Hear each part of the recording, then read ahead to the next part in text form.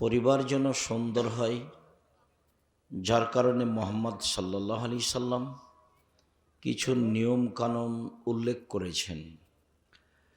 আল্লাহ তাআলা বলেন, ফানকিহুহুন্না বিইذনি আহলিহিন্না ওয়াতুহুন্না উজুরাহুন্না বিল মা'রুফ। পৃথিবীর মানুষ, তোমরা পিতা অভিভাবককে বলে বিবাহ করো এবং তাদের মোহর ভালোভাবে দিয়ে দাও। অত্র আয়াতে আল্লাহ তাআলা অভিভাবককে বলে বিবাহ করতে বলেছেন এবং মোহর দিয়ে দেওয়ার জন্য আদেশ করেছেন। মোহর বাকি দেওয়া জায়েজ হলেও দিতেই হবে যে কোনো মূল্যে। পিতা যদি দিতে না পারে তাহলে তার ছেলেরা পরবর্তীতে বাপের ঋণ হিসাবে মোহর পরিশোধ করতে হবে। এটা আল্লাহর আদেশ। কেন এত শক্ত বিধান, যদিও নারীদের জানা নেই। কেননা নারীদের জীবিকা নির্বাহ লালন পালন মানুষের মতো নয়, পশু প্রাণীর মতো। পিতামাতাও বুঝতে পারেনি যে ছেলে মেয়ে লালন পালন কিভাবে করতে হবে। জাতি সমাজও বুঝতে পারেনি যে কিভাবে ছেলে মেয়ে লালন পালন করতে হবে। এক সময় মক্তব চালু ছিল সমাজে, আলিফ বেতে সে জিম হে খে বলে পড়তো। তারপরে ধীরে ধীরে বাপ মায়ের চিন্তা ভাবনা যে আমার ছেলেকে বড় ডাক্তার করতে হবে, বড় ইঞ্জিনিয়ার করতে হবে, বিদেশে পাঠাতে হবে, পয়সা ইনকাম করতে হবে। এই সুবাদে মক্তবগুলি বিলুপ্ত হতে চলেছে, আর ছেলে মেয়ে কীভাবে লালন পালন করতে হবে তা মানুষ ভুলে গেছে। যেভাবেও লালন পালন করা প্রয়োজন মনে করেছে, তাতে ফলাফলে আছে পশু প্রাণী, গরু ছাগল, প্রতারক, ধোঁকাবাজ। আমি সূচনাতেই কথাটা বলে রাখি, তাহলে পরবর্তীতে বললে আরও ভালো হবে। সেটা হলো এই যে আপনি আপনার ছেলেটার মেধা ভালো মনে করছেন,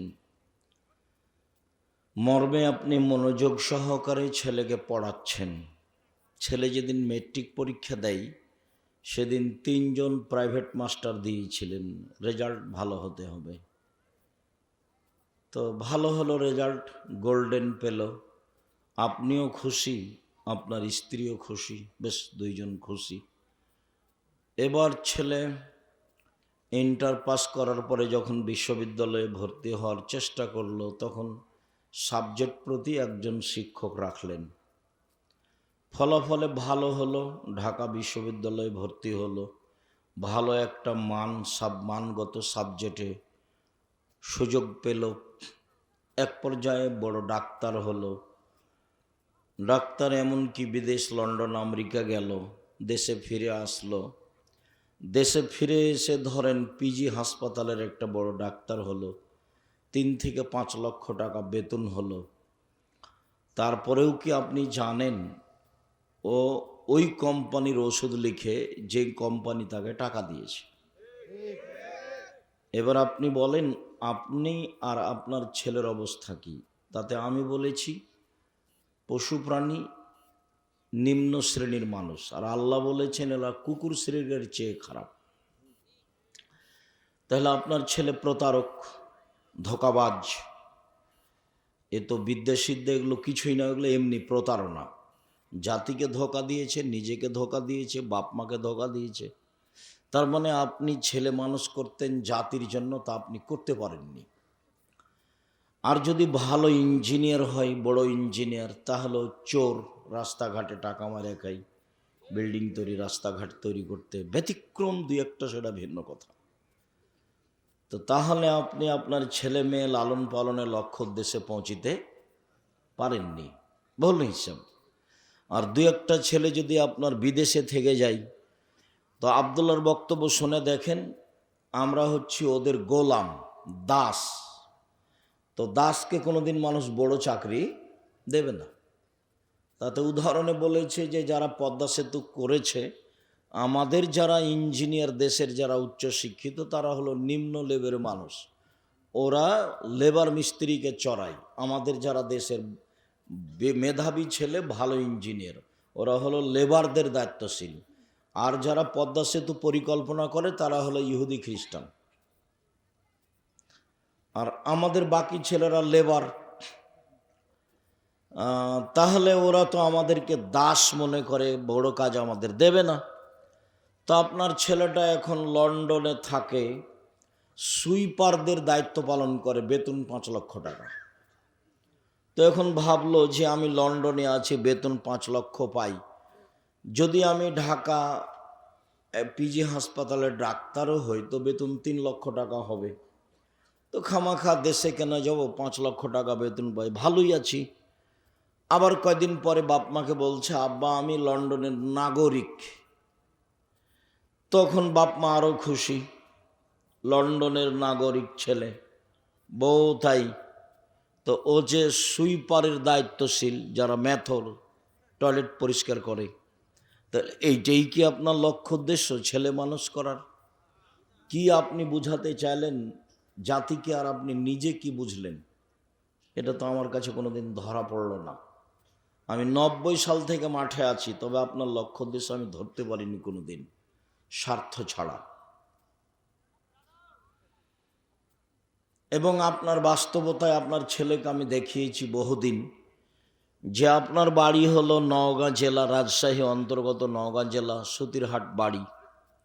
ছেলেটা ভালো বড় ডাক্তার, ঢাকা পিজি হাসপাতালের ডাক্তার, গ্রামের মহিলা পুরুষ তাকে ভালোবাসে। একদিন আমাদের বাড়িতে আসলো, গাড়ি থেকে নামলো, দেখলাম যে গলায় টাই আছে, প্যান্টটা টাকনোর নিচে আছে, হাতে সিগারেট আছে, দাড়ি চাঁচা আছে। এ অবস্থায় ছেলে আমার নামলো, বড় ডাক্তার। একটু পরে দেখলাম বৌমা গাড়ি থেকে নামলো, গায়ে হালকা হালকা কাপড় আছে। একটু পরে দেখলাম নাতনি গাড়ি থেকে নামলো, গায়ে তেমন কোনো কাপড় নেই। দেখি গাড়ির পিছন দিকে কুকুর আছে। তা আপনি বলেন আপনার লক্ষ্য উদ্দেশ্যটা কি? কি করলেন জীবনে? জাতিরই কি করলেন, নিজেরই কি করলেন? আমার কাছে আপনার লক্ষ্য উদ্দেশ্য কোনোদিন ধরা পড়েনি। তখন আমি নিরুপায় হয়েই বলেছি যে আপনার স্বামী স্ত্রী আর ছেলে মেয়ের অবস্থা হলো চাঁপাইনবাবগঞ্জের ভাষাতে আমও গেল, ছালাও গেল, কাঁদতে কাঁদতে 2 চোখও গেল। আর কবির ভাষায় বলেছি যে বাবু মাঝিকে বলল, মাঝি চাঁদ কেন বাড়ে কমে রে? তো মাঝি বলল, এসব কি আর আমি জানি, দেখি তোর জীবন চারা নাই মিছে।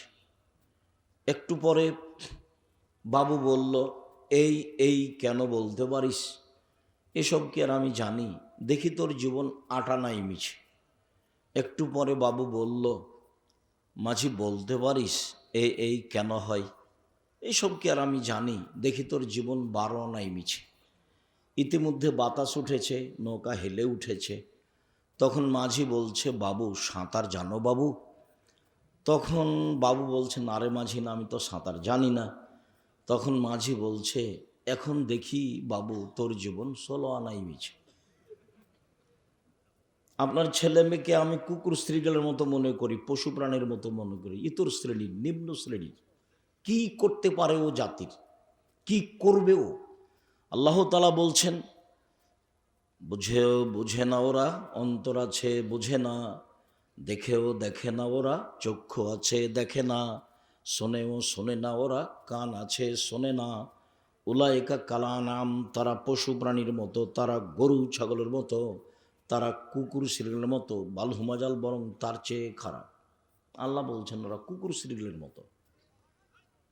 আপনার ছেলে ঘুম থেকে উঠে গিয়ে মায়ের দুধ ছেড়ে স্কুলে গিয়ে বলে, ও কালিমা তোমার আকাশ, ও কালিমা তোমার বাতাস। কালিমার আকাশ, কালিমার বাতাস। আপনার ছেলের জন্মসূত্রই শিরক, ওর বিদ্যাসূত্রে শিরক, ওর শিক্ষক মুশরিক, ওর শিক্ষিকা মুশরিক, ওর বাপ মুশরিক, ওর মা মুশরিক, ওর 14 গোষ্ঠী মুশরিক। ও তো একটা হিন্দুর পরিবেশে বসবাস করে, ও জাতির কি করতে পারে? ঠাকুর হচ্ছে জাতির শত্রু, ঠাকুর ঢাকা বিশ্ববিদ্যালয়ের শত্রু, ঠাকুর বাঙালিদের শত্রু, ঠাকুর মুসলমানের শত্রু।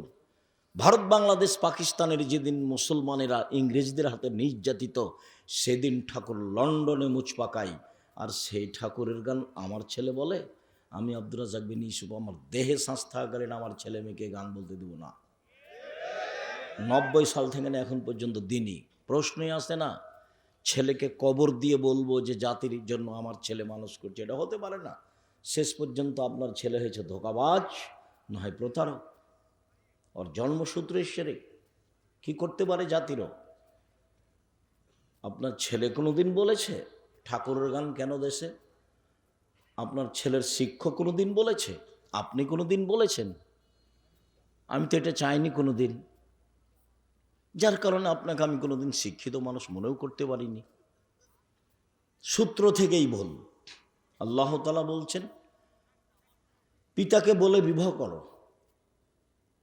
কোর্টের বিবাহ বাতিল, কোর্টের বিবাহ বাতিল, কোর্টের বিবাহ বাতিল, কাজী অফিসের বিবাহ বাতিল।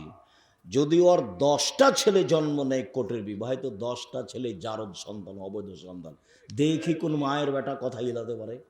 90 সাল থেকে বলছি, 90 সাল থেকে, দু একদিন থেকে বলিনি। আল্লাহ রসুল বলছেন লা নিকাহ ইল্লা বিওয়ালিন, বাপ ছাড়া বিবাহ হবে না। তো ওখানে বাপ নেই, মেয়ের বিবাহ হলো কি করে? কে বিবাহ দিল? ওর খালা বলেছে যে তোর বাপ তো বিবাহ দিবে না, ছেলে খুব ভালো, চলে আমি বিবাহ দিয়ে দিচ্ছি। তো ওর খালা বিবাহ দিয়ে দিয়েছে। আল্লাহর নবী বলছেন যে আইয়ুমা ইমরাতিন নাকাহাত বেগের ইজনে ওয়ালিহা ফানিকাহ বাতিল, ফানিকাহ বাতিল, ফানিকাহ বাতিল। যে কোনো মহিলা নিজে নিজে বিবাহ বসলো, তার বিবাহ বাতিল, তার বিবাহ বাতিল, তার বিবাহ বাতিল। রাসূল সাল্লাল্লাহু আলাইহি সাল্লাম বললেন লা তুজাব্বিজুল মারাতাল মারাতাল নাফসাহা, কোনো মহিলা কোনো মহিলার বিবাহ দিতে পারে না, কোনো মহিলা নিজে নিজে বিবাহ বসতেও পারে না, কোনো মহিলা কারো বিবাহ দিতেও পারে না, কোনো মহিলা নিজে নিজে বিবাহ বসতেও পারে না। তা আল্লাহ রাসূল না করে দিয়েছেন। তো খালা কখন কখন পুরুষ মানুষ হয়ে গেল যে খালা বোনের ছেলে মেয়েকে ডাকছে দে বিবাহ দিয়ে দিল, ভালো কথা তো। ফুফু কখন কখন পুরুষ মানুষ হয়ে গেছে যে ভাতিজির বিবাহ দিয়ে দিল বাপ ছাড়াই, অবাক কথা। বাপ বেঁচে থাকলে দাদা বিবাহ দিতে পারে না, জ্যাঠো বিবাহ দিতে পারে না, খালা কিভাবে ঢুকলো, ফুফু কিভাবে ঢুকলো? বললেই হবে। ধর্ম একজনের কথা দিয়ে চলে, যার নাম মুহাম্মদ সাল্লাল্লাহু আলাইহি সাল্লাম। পৃথিবীর কোনো মানুষ দিয়ে কথা চলে না, ধর্ম চলে না। পৃথিবীর কোনো মানুষ দিয়ে ধর্ম চলে না। উমর রাদিয়াল্লাহু তাআলা আনহু দিয়ে ধর্ম চলে না। পৃথিবীর ব্যতিক্রম মানুষ উমর, যিনি রাস্তায় হাঁটলে শয়তান রাস্তাতে থাকতো না। রাসূল সাল্লাল্লাহু আলাইহি সাল্লাম বলছেন উমর ওই যে দেখো শয়তান পালাচ্ছে, তোমাকে দেখে পালাচ্ছে। অথচ শয়তান ভিন্ন পদার্থের আর উমর রাদিয়াল্লাহু তাআলা আনহু ভিন্ন পদার্থের। উমরের এমন কোনো ক্ষমতা নেই যে শয়তানের গায়ে একটা থাপ্পড় মারতে পারে। উমরের ইমানের এত দাপট, উমরের ইমানের এত দাপট, উমর রাদিয়াল্লাহু তাআলা আনহুর ইমানের এত দাপট যে ভিন্ন পদার্থের বস্তু শয়তান রাস্তা ছেড়ে দেয়। আল্লাহ নবী বলছেন আমার পরে কেউ নেবু হলে উমর হতো, এরপরে উমরের কোনো কথা শরীয়তে চলবে না। পীর তো বহু দূরের কথা, বুজুর্গানের দিন তো বহু দূরের কথা। কোর্টের বিবাহ বাতিল, কোর্টের বিবাহ বাতিল, কোর্টের বিবাহ বাতিল। রাসূল সাল্লাল্লাহু আলাইহি সাল্লাম বলছেন যে তুমি তোমার অভিভাবক পিতাকে বলে বিবাহ করো এবং মোহর দিয়ে দাও। রাসূল সাল্লাল্লাহু আলাইহি সাল্লাম বিদায় হজের ঐতিহাসিক ভাষণে বললেন পৃথিবীর মানুষ, তোমরা তোমাদের স্ত্রীদেরকে আল্লাহর নিরাপত্তায় নিয়ে এসেছ, সার্বক্ষণিক তোমাকে পাহারা দিয়ে তাকে নিরাপদে রাখতে হবে, এটা তোমার জিম্মেদারি। পৃথিবীর মানুষ, তোমরা স্ত্রীদেরকে আল্লাহর কালেমা কোরআন তেলাওয়াত করে খুতবা পড়ে বিবাহ করে নিয়ে এসেছ, নিরাপত্তার দায়িত্বে তোমরা। তিনি বলেন পৃথিবীর মানুষ, আমি ঐতিহাসিক ভাষণে বলে গেলাম বিদায় হজের মাঠে, ওদের রুজির দায়ভার তোমাদের উপরে রয়েছে, ওদের কাপড় চোপড়ের দায়িত্ব তোমার উপরে রয়েছে। রিস্ক হন না, কিসওয়াত হন না, তাদের রুজি এবং তাদের পোশাকাদি তোমাদের জিম্মেদারিতে রয়েছে। মহিলা কিভাবে বুঝলো যে আমাকে ইস্টাবলিশড হতে হবে? মেয়েটা কিভাবে বুঝলো? কে ওকে বুঝালো? কে ওকে বললো তুই পশু প্রাণী হয়ে ঘুরে বেড়া, ল্যাংটা হয়ে ঘুরে বেড়া, পয়সা ইনকাম কর? আমি তো বেগম রোকেয়াকে শিক্ষিতা মহিলা মনে করিনি, কোনো দিন করিনি। আপনি করছেন, তা আমার করার কি আছে? আপনাকে ঘটনা হয়তো বা পাটনা ট্রেন স্টেশনে হতে পারে, ঘটনা আমার ধারণা। আমি তখন বলেছি নওগাঁ সান্তাহার ট্রেন স্টেশন দিয়ে, কথার কথা, যে নওগাঁ জেলার কিছু পর্দাশীল মহিলা হজ করতে যাবে, তো ঢাকা যাবে। তখন ওরা ট্রেন স্টেশনে গেছে, ওর দেবর ভাসুর বাপ চাচা কেউ পর্দা বেশি করে, তো একটা বড় চাদর দিয়ে ঢেকে রেখেছে সবটিকে, 4-5 জন আছে। তখন টিকিট মাস্টার একটু প্ল্যাটফর্ম দেখছে, তদন্ত করে কোথায় কি পড়ে আছে। তো এক জায়গাতে মনে করছে যে কাপড় দিয়ে ঢাকা আছে, তো টিকিট মাস্টার মনে করছে যে এগুলো মনে হয় কিছু বস্তা। তখন পা দিয়ে এভাবে লাথি মারছে, কি বস্তা এগুলো, কিসের বস্তা এগুলো? পা দিয়ে লাথি মারা দেখাচ্ছে। বেগম রোকেয়া পর্দা দেখাচ্ছে, পরনের নিন্দা করছে। বই পড়েন আপনি, কেন হব অবরোধবাসিনী, বইয়ের নাম কি? কেন হব অবরোধবাসিনী। আপনি পড়ে দেখেন, জাতিকে ধ্বংস করে যে সে কি করে জাতির কল্যাণকামী হতে পারে? অসম্ভব। সম্মানিত দিনী ভাই বোন, আপনার সূত্রই ভিন্ন। আবু হুরায়রা রাদিয়াল্লাহু তাআলা আনহু বলেন, রাসূল সাল্লাল্লাহু আলাইহি সাল্লাম বলেছেন, তুনকাহুল মারাত লিআরবাইন, মেয়েদেরকে বিবাহ করা হয় 4টা জিনিস দেখে, যা আমি বলিনি। মেয়েদেরকে বিবাহ করা হয় 4টা জিনিস দেখে, যা আমি বলিনি। এক, তুনকাহুল মারাতুল লে হাসাবেহা, তার বংশ দেখে বিবাহ করা হয়, আমি তা দেখতে বলিনি। বলে মা লেহা, তার অর্থ সম্পদ দেখে তাকে বিবাহ করা হয়, তা আমি বলিনি। বলে জামালেহা, তার সৌন্দর্যতা দেখে মানুষ বিবাহ করে, যেটা আমি বলিনি। বলে দিনেহা, তার পর্দা দেখে বিবাহ করা হয়। পৃথিবীর মানুষ ফাজফার বেজাতে দিন, তোমরা ধার্মিক মেয়েকে প্রাধান্য দাও, এ কথা মুহাম্মদ সাল্লাল্লাহু আলাইহি সাল্লাম বলেন। আপনি তো সংসারই বুঝলেন না, কাকে বিবাহ করতে হবে, কোন মেয়েকে পছন্দ করতে হবে, এটা তো আপনার হিসাবে আসলো না। কি করে আপনি সংসার করতে চান? আপনার ভিত্তি ঠিক নয়। আবার বিবাহের পদ্ধতি নওগাঁ জেলাতে যেটা আছে, চাঁপাই নবাবগঞ্জ জেলাতে যেটা আছে, বৃহত্তর রাজশাহীতে যা নিয়ম নীতি আছে, বিবাহের একটা নিয়ম নীতি জায়েজ নাই, সবই হারাম। তো যেভাবে আল্লাহ বিবাহ করতে বললেন সেটা করতে পারলেন না, যেভাবে নবী করিম সাল্লাল্লাহু আলাইহি সাল্লাম বিবাহ করতে বললেন সেটা করতে পারলেন না, আবার বিবাহ করার পদ্ধতিতে সামাজিক পথ অবলম্বন করলেন, রাসূলেরটা বাস্তবায়ন করতে পারলেন না, তাহলে বিবাহ সূত্র পদ্ধতি হারাম।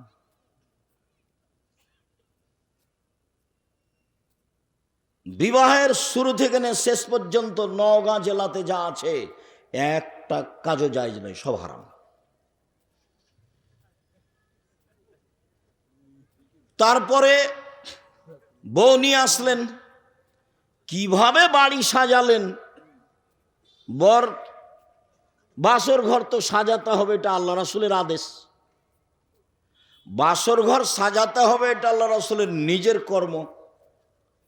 আসমা বিনতে ইয়াজিদ বলছেন যে কাইয়ান্ত রাসূল আয়েশাতে লিরাসূলিল্লাহ সাল্লাল্লাহু আলাইহি সাল্লাম, আমি আয়েশাকে কনে হিসেবে বাসর ঘরে দিব, তাই সাজালাম। কিভাবে? আয়েশা রাদিয়াল্লাহু তাআলা আনহা বলেন, আমার বিবাহ হয়েছে 7 বছর বয়সে, আমার বাসর ঘর হয় 9 বছর বয়সে। আমি আমার বান্ধবীদেরকে নিয়ে খেলাচ্ছিলাম দোলনায়। দোলনার একদিক উঁচু হলে একদিক নিচু হয়, আমরা বান্ধবীরা দোলনায় উঠে খেলাচ্ছিলাম। হঠাৎ আমার মা ডাক দিল, আয়েশা। আমি দৌড়িয়ে আসলাম, তখন আমার গায়ে কিছু ধুলাবালি লেগেছিল। আমার মা সেগুলো মুছে দিলেন। দিয়ে একটা ঘরে নিয়ে গেলেন। দেখি সেখানে আনসারীদের মহিলা। বুঝতে পারলাম না বিষয়টি কি। আনসারি মহিলারা আমাকে সাজালো। কি দিয়ে সাজালো তা তিনি বলেননি। তিনি বলেছেন যে আনসারি মহিলারা আমাকে সাজালো, এ কথা আয়েশা রাদিয়াল্লাহু তাআলা আনহা বলেন। তবে রাসূল সাল্লাল্লাহু আলাইহি সাল্লাম বলেছেন, তিবুর রেজালে মাজাহারা রিহহু, পুরুষের সুগন্ধি যা গন্ধ পাওয়া যায় দেখতে পাওয়া যায় না। পুরুষের সুগন্ধি যা গন্ধ পাওয়া যায় দেখতে পাওয়া যায় না। পুরুষের সুগন্ধি যা গন্ধ পাওয়া যায় দেখতে পাওয়া যায় না। অতিবুন নিসায়ে মাজাহারা লৌনহু ও খাফা রিহহু, মহিলাদের সুগন্ধি যা দেখতে পাওয়া যায় গন্ধ পাওয়া যায় না। মহিলাদের সুগন্ধি যা দেখতে পাওয়া যায় গন্ধ পাওয়া যায় না। মহিলাদের সুগন্ধি যা দেখতে পাওয়া যায় গন্ধ পাওয়া যায় না। তার মানে আতর ব্যবহার করবে পুরুষ, আর মহিলাদের সাজগোজ করার জন্য যা কিছু আছে বিউটি পার্লারে, পদার্থ হারাম না হলে সবই জায়েজ। তবে বাড়িতে বিউটি পার্লারে ঢোকা যাবে না। ওইখানে যে মহিলা আছে তার সামনে মাথার কাপড় নামানো যাবে না, ওটা হারাম। তো তাহলে আয়েশা রাদিয়াল্লাহু তাআলা আনহার জন্য কিছু সাজানোর ব্যবস্থা ছিল। আসমা বিনতে ইয়াজিদ বলছেন যে আমি আয়েশাকে সাজালাম রাসূলের জন্য। আমার মা, এবার আয়েশা বলছে, আমার মা একটা ঘরে নিয়ে গেলেন, তখন ঠিক 8:30 9টা হবে। বাসর রাত মানে বাসর দিনে। তা আমি ভিতরে গেছি, তারপর আমার মা চলে আসলেন। দেখি সেখানে আল্লাহ রাসূল। আমি বুঝলাম না ব্যাপারটা কি। ঘরে তো আল্লাহ রাসূল ছাড়া কাউকে আমি দেখি না। আমি তো আল্লাহ রাসূলকে ভালোভাবেই চিনি। উনি আমাদের বাসায় সকাল বিকালে আসতেন, সকালে আসতেন বিকালে আসতেন, সকালে আসতেন বিকালে আসতেন। বিবাহের পরে এগুলো মক্কার ঘটনা উনি বলছেন। হঠাৎ একদিন দেখছি ঠিক দুপুরে এসেছে। দুপুরে এসেই বলছেন, আবু বকর, কে এগুলো সরতে বলো। তো আবু বকর সিদ্দিক রাদিয়াল্লাহু আনহু, আপনারই তো পরিবার, মনে ওরা 2 বোন আছে, আসমা আর আয়েশা। তখন আল্লাহ রাসূল বলছেন ওদেরকে সরে যেতে বলো, মানে গোপন কথা আছে। তখন আবু বকর সিদ্দিক বলছেন যে ওরা আমার সাথে থাকবে, আপনি গোপন কথা বলেন। মানে আমি আর আয়েশা আর আসমা 3 জন একটাই সদস্য মনে করবেন। তারা গোপন কথা রক্ষা করতে এত সচেতন এবং মজবুত বুদ্ধিমতী। তারা আকাশ ভেঙে যেতে পারে, 2 হবে না, ওদের সরা লাগবে না। আপনি বলেন কি? বলছে হ্যাঁ, আদেশ হয়েছে আমাকেও চলে যেতে হবে, আর আমাদের মক্কায় থাকা হচ্ছে না, চলে যেতে হবে। কি করতে হবে? ঠিক আছে, 2টা উটের ব্যবস্থা করো, এইভাবে গিয়ে আমরা গাড়ে শহরে গিয়ে অবস্থান করব রাতে। তারপরে কিভাবে যেতে হয় ধীরে ধীরে যেতে হবে। যা হওয়ার তাই হলো, যেভাবে রাতে পালিয়ে যেতে হলো। তো কি বলছিলাম, আয়েশা রাদিয়াল্লাহু তাআলা বলেন আমি আল্লাহ রাসূলকে খুব ভালোভাবে চিনি। কেন? তিনি আমাদের বাসায় সকাল বিকাল আসতেন। ওই হিজরতের আগে একবার সকালে আসতেন, একবার বিকেলে আসতেন। বড় মানুষকেও যেতে হবে এখানে সেখানে, প্রয়োজন হলে মুহাম্মদ সাল্লাল্লাহু আলাইহি ওয়াসাল্লাম নিজে আসতেন আবু বকর সিদ্দিকের বাড়িতে। প্রয়োজন আল্লাহ রাসূলের কি হচ্ছে, কি পরিবেশ পরিস্থিতি, কি দাওয়াতি কাজ কি হতে পারে, এটা জিম্মেদারি আল্লাহ রাসূলের। বলছিলাম দেখি ঘরে কেউ নেই আল্লাহ রাসূল ছাড়া। তারপর আসমা আসলেন, এসে 1 গিলাস পানি নিয়ে শরবত নিয়ে এসে বললেন আমাকে যে আসমা এটা নাও, রাসূলের হাতে দাও। আমি তো লজ্জা পেয়ে গেলাম, আমি মাথা নিচু করে দিলাম। তখন আসমা আমাকে বলছেন না, গ্লাস নাও, রাসূলের হাতে দাও। একটু ধমকের কণ্ঠে বললেন। আমি গ্লাসটা নিয়ে রাসূলের হাতে দিলাম। রাসূল শরবত পান করলেন। তারপর আমাকে বললেন যে তুমি পান করো। আমি একটু পান করলাম। তারপর বললেন আসমাকে দিয়ে দাও। যখন আমি আসমাকে দিতে গেলাম, আসমা বললেন আল্লাহ রাসূল, আমি আপনার হাত থেকে গিলাসটা নিতে চাচ্ছি। ঠিক আছে, তাই হলো। আয়েশা রাদিয়াল্লাহু আনহা আল্লাহ রাসূলের হাতে দিলেন। এবার আল্লাহ রাসূলের হাত থেকে আসমা নিলেন। বাসর রাতে মিঠাই ব্যবস্থা হবে, এটাও সুন্নাত। দেখেন আদর্শ পরিবার বই লেখা আছে, আপনার জন্য লিখেছিলাম, জাতিকে ফাঁকি দিইনি। জাতির যদি রাস্তাঘাট করে দিতে না পারি, জাতির যদি স্কুল কলেজ করে দিতে না পারি, জাতিকে চূড়ান্ত সঠিক ধর্ম দিতে পারবো ইনশাল্লাহ। ধর্মের ব্যাপারে ফাঁকি দিয়ে আমি পরকাল হারাতে রাজি নই। মুখে আছি, কলমে আছি, মিডিয়ায় আছি এবং শক্তভাবে আছি। দীর্ঘ 90 সাল থেকে না আজ পর্যন্ত পরিস্থিতি আমাকে কোনোদিন বাঁকা করতে পারেনি। পরিস্থিতির আমি 5 পয়সার দাম দিইনি কোনোদিন, সবসময় আছি, থাকবো ইনশাআল্লাহ। বিমানে মেয়েটা বলছে যে মাস্ক পরেন, আমি বলছি যে ধৈর্য ধারণ করো। মাস্ক পরেন মানে ধৈর্য ধারণ করো, মাস্ক পরেন, ধৈর্য ধারণ করো। 3-4 বার যখন হয়ে গেছে তখন আমি বলছি তোমাকে চাকরি দেওয়াটা ভুল করেছে মালিক, তোমাকে চাকরি দিতে হতো না। আমি যখন বিমানে উঠি তুমি দেখোনি যে আমার মুখে মাস্ক নেই, তুমি উঠতে দিলে কেন? তোমার চাকরি করা ঠিক নয় এখানে, মালিকের এটা উচিত তোমাকে ছেড়ে দেওয়া। আব্দুর রাজ্জাক বিন ইউসুফ ভাগ্য বাড়ায় নেয়, তাতে আমি রাজি নই। মাস্ক ব্যবহার করে ভাগ্য আমি বাড়াবো না। ঢাকায় অসুস্থ লোককে দেখতে গেছি করোনায়, তোরা 2 ভাই বোন আছে, লোকের একটা ছেলের একটা মেয়ে, ও বড়। তো আমাকে বলছে হুজুর ভিতরে যায়েন না, হুজুর ভিতরে যান না, এভাবে হাত জোড় করে আছে, ভিতরে যায়েন না। আমি বলছি তোমার আব্বার গায়ে হাত রেখে আমি দোয়া করে যাব, এতে যদি আমি মারা যাই, করোনা হয় আমার, আমি বলবো না তোমার বাপের কারণে হয়েছে, আমি বলবো পৃথিবী সৃষ্টির 50,000 বছর পূর্বে যখন 4টে জিনিস লেখা হয়, 1 হায়াতাহা তার জীবন, 2 মওতাহা তার মরণ, 3 রিজকাহা তার রুজি, 4 মাসায়েবা তার রোগ ব্যাধি।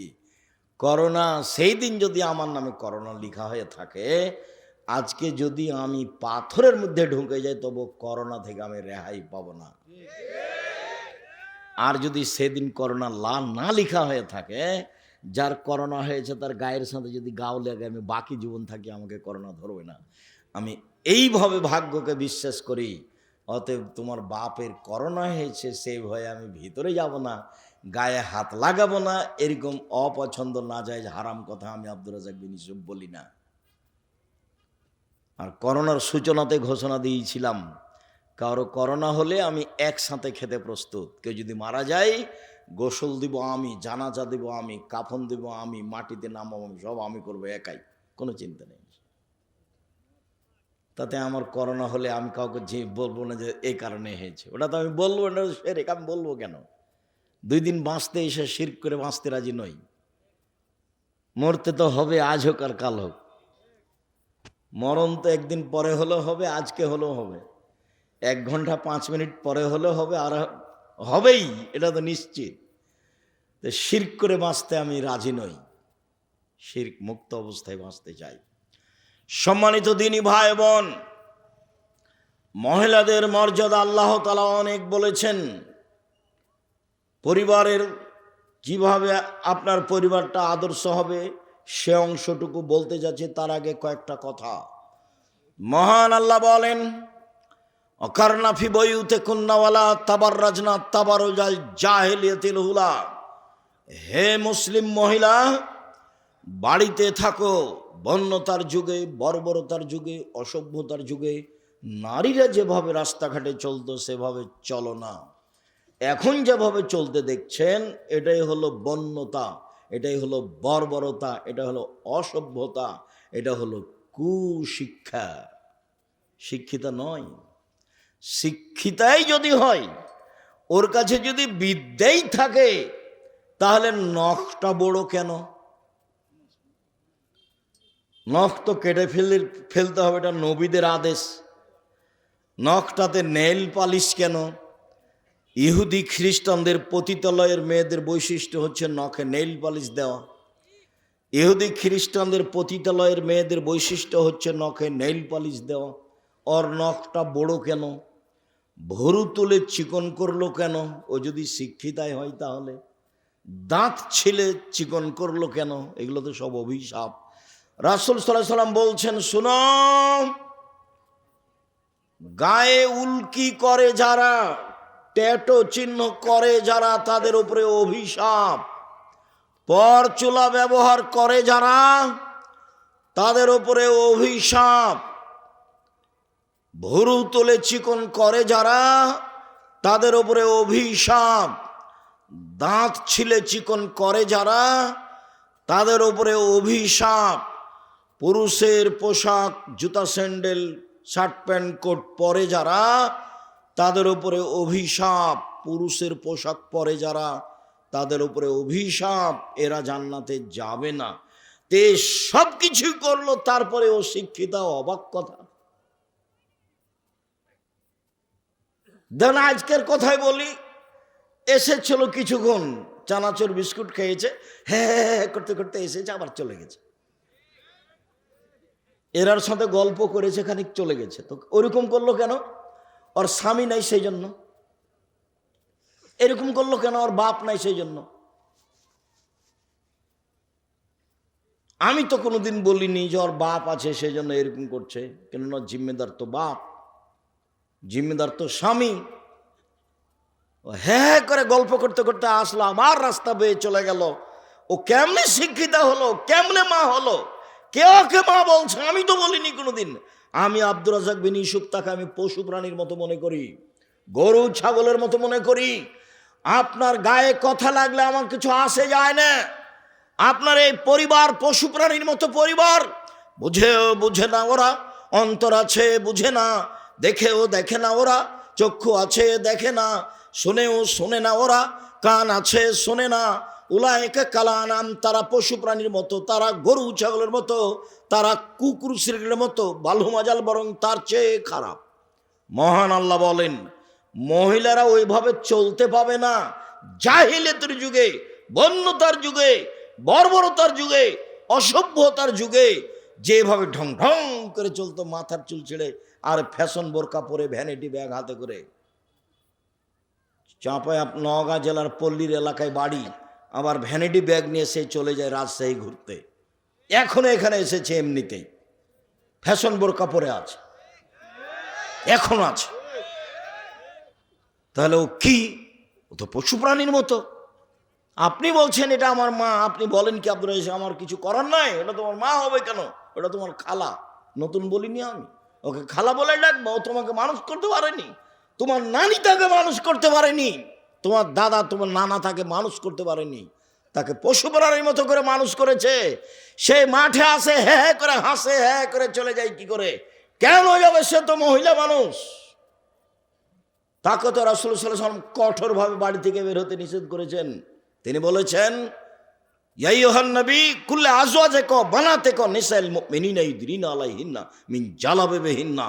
মুহাম্মদ সাল্লাল্লাহু আলাইহি সাল্লাম, আপনি আপনার স্ত্রীদেরকে, মেয়েদেরকে, জাতির মেয়েদেরকে বলে দেন, তারা যখন বাড়ি থেকে বের হবে তখন তারা গায়ে ভালো বড় চাদর দিয়ে শরীর ঢেকে, মুখমণ্ডল ঢেকে চলার মতো গতি রেখে তারা চলবে। এটা আদেশ, যাতে করে রাস্তার মানুষ তাকে উত্ত্যক্ত করতে না পারে। মহান আল্লাহ তাকে এ আদেশ করেন।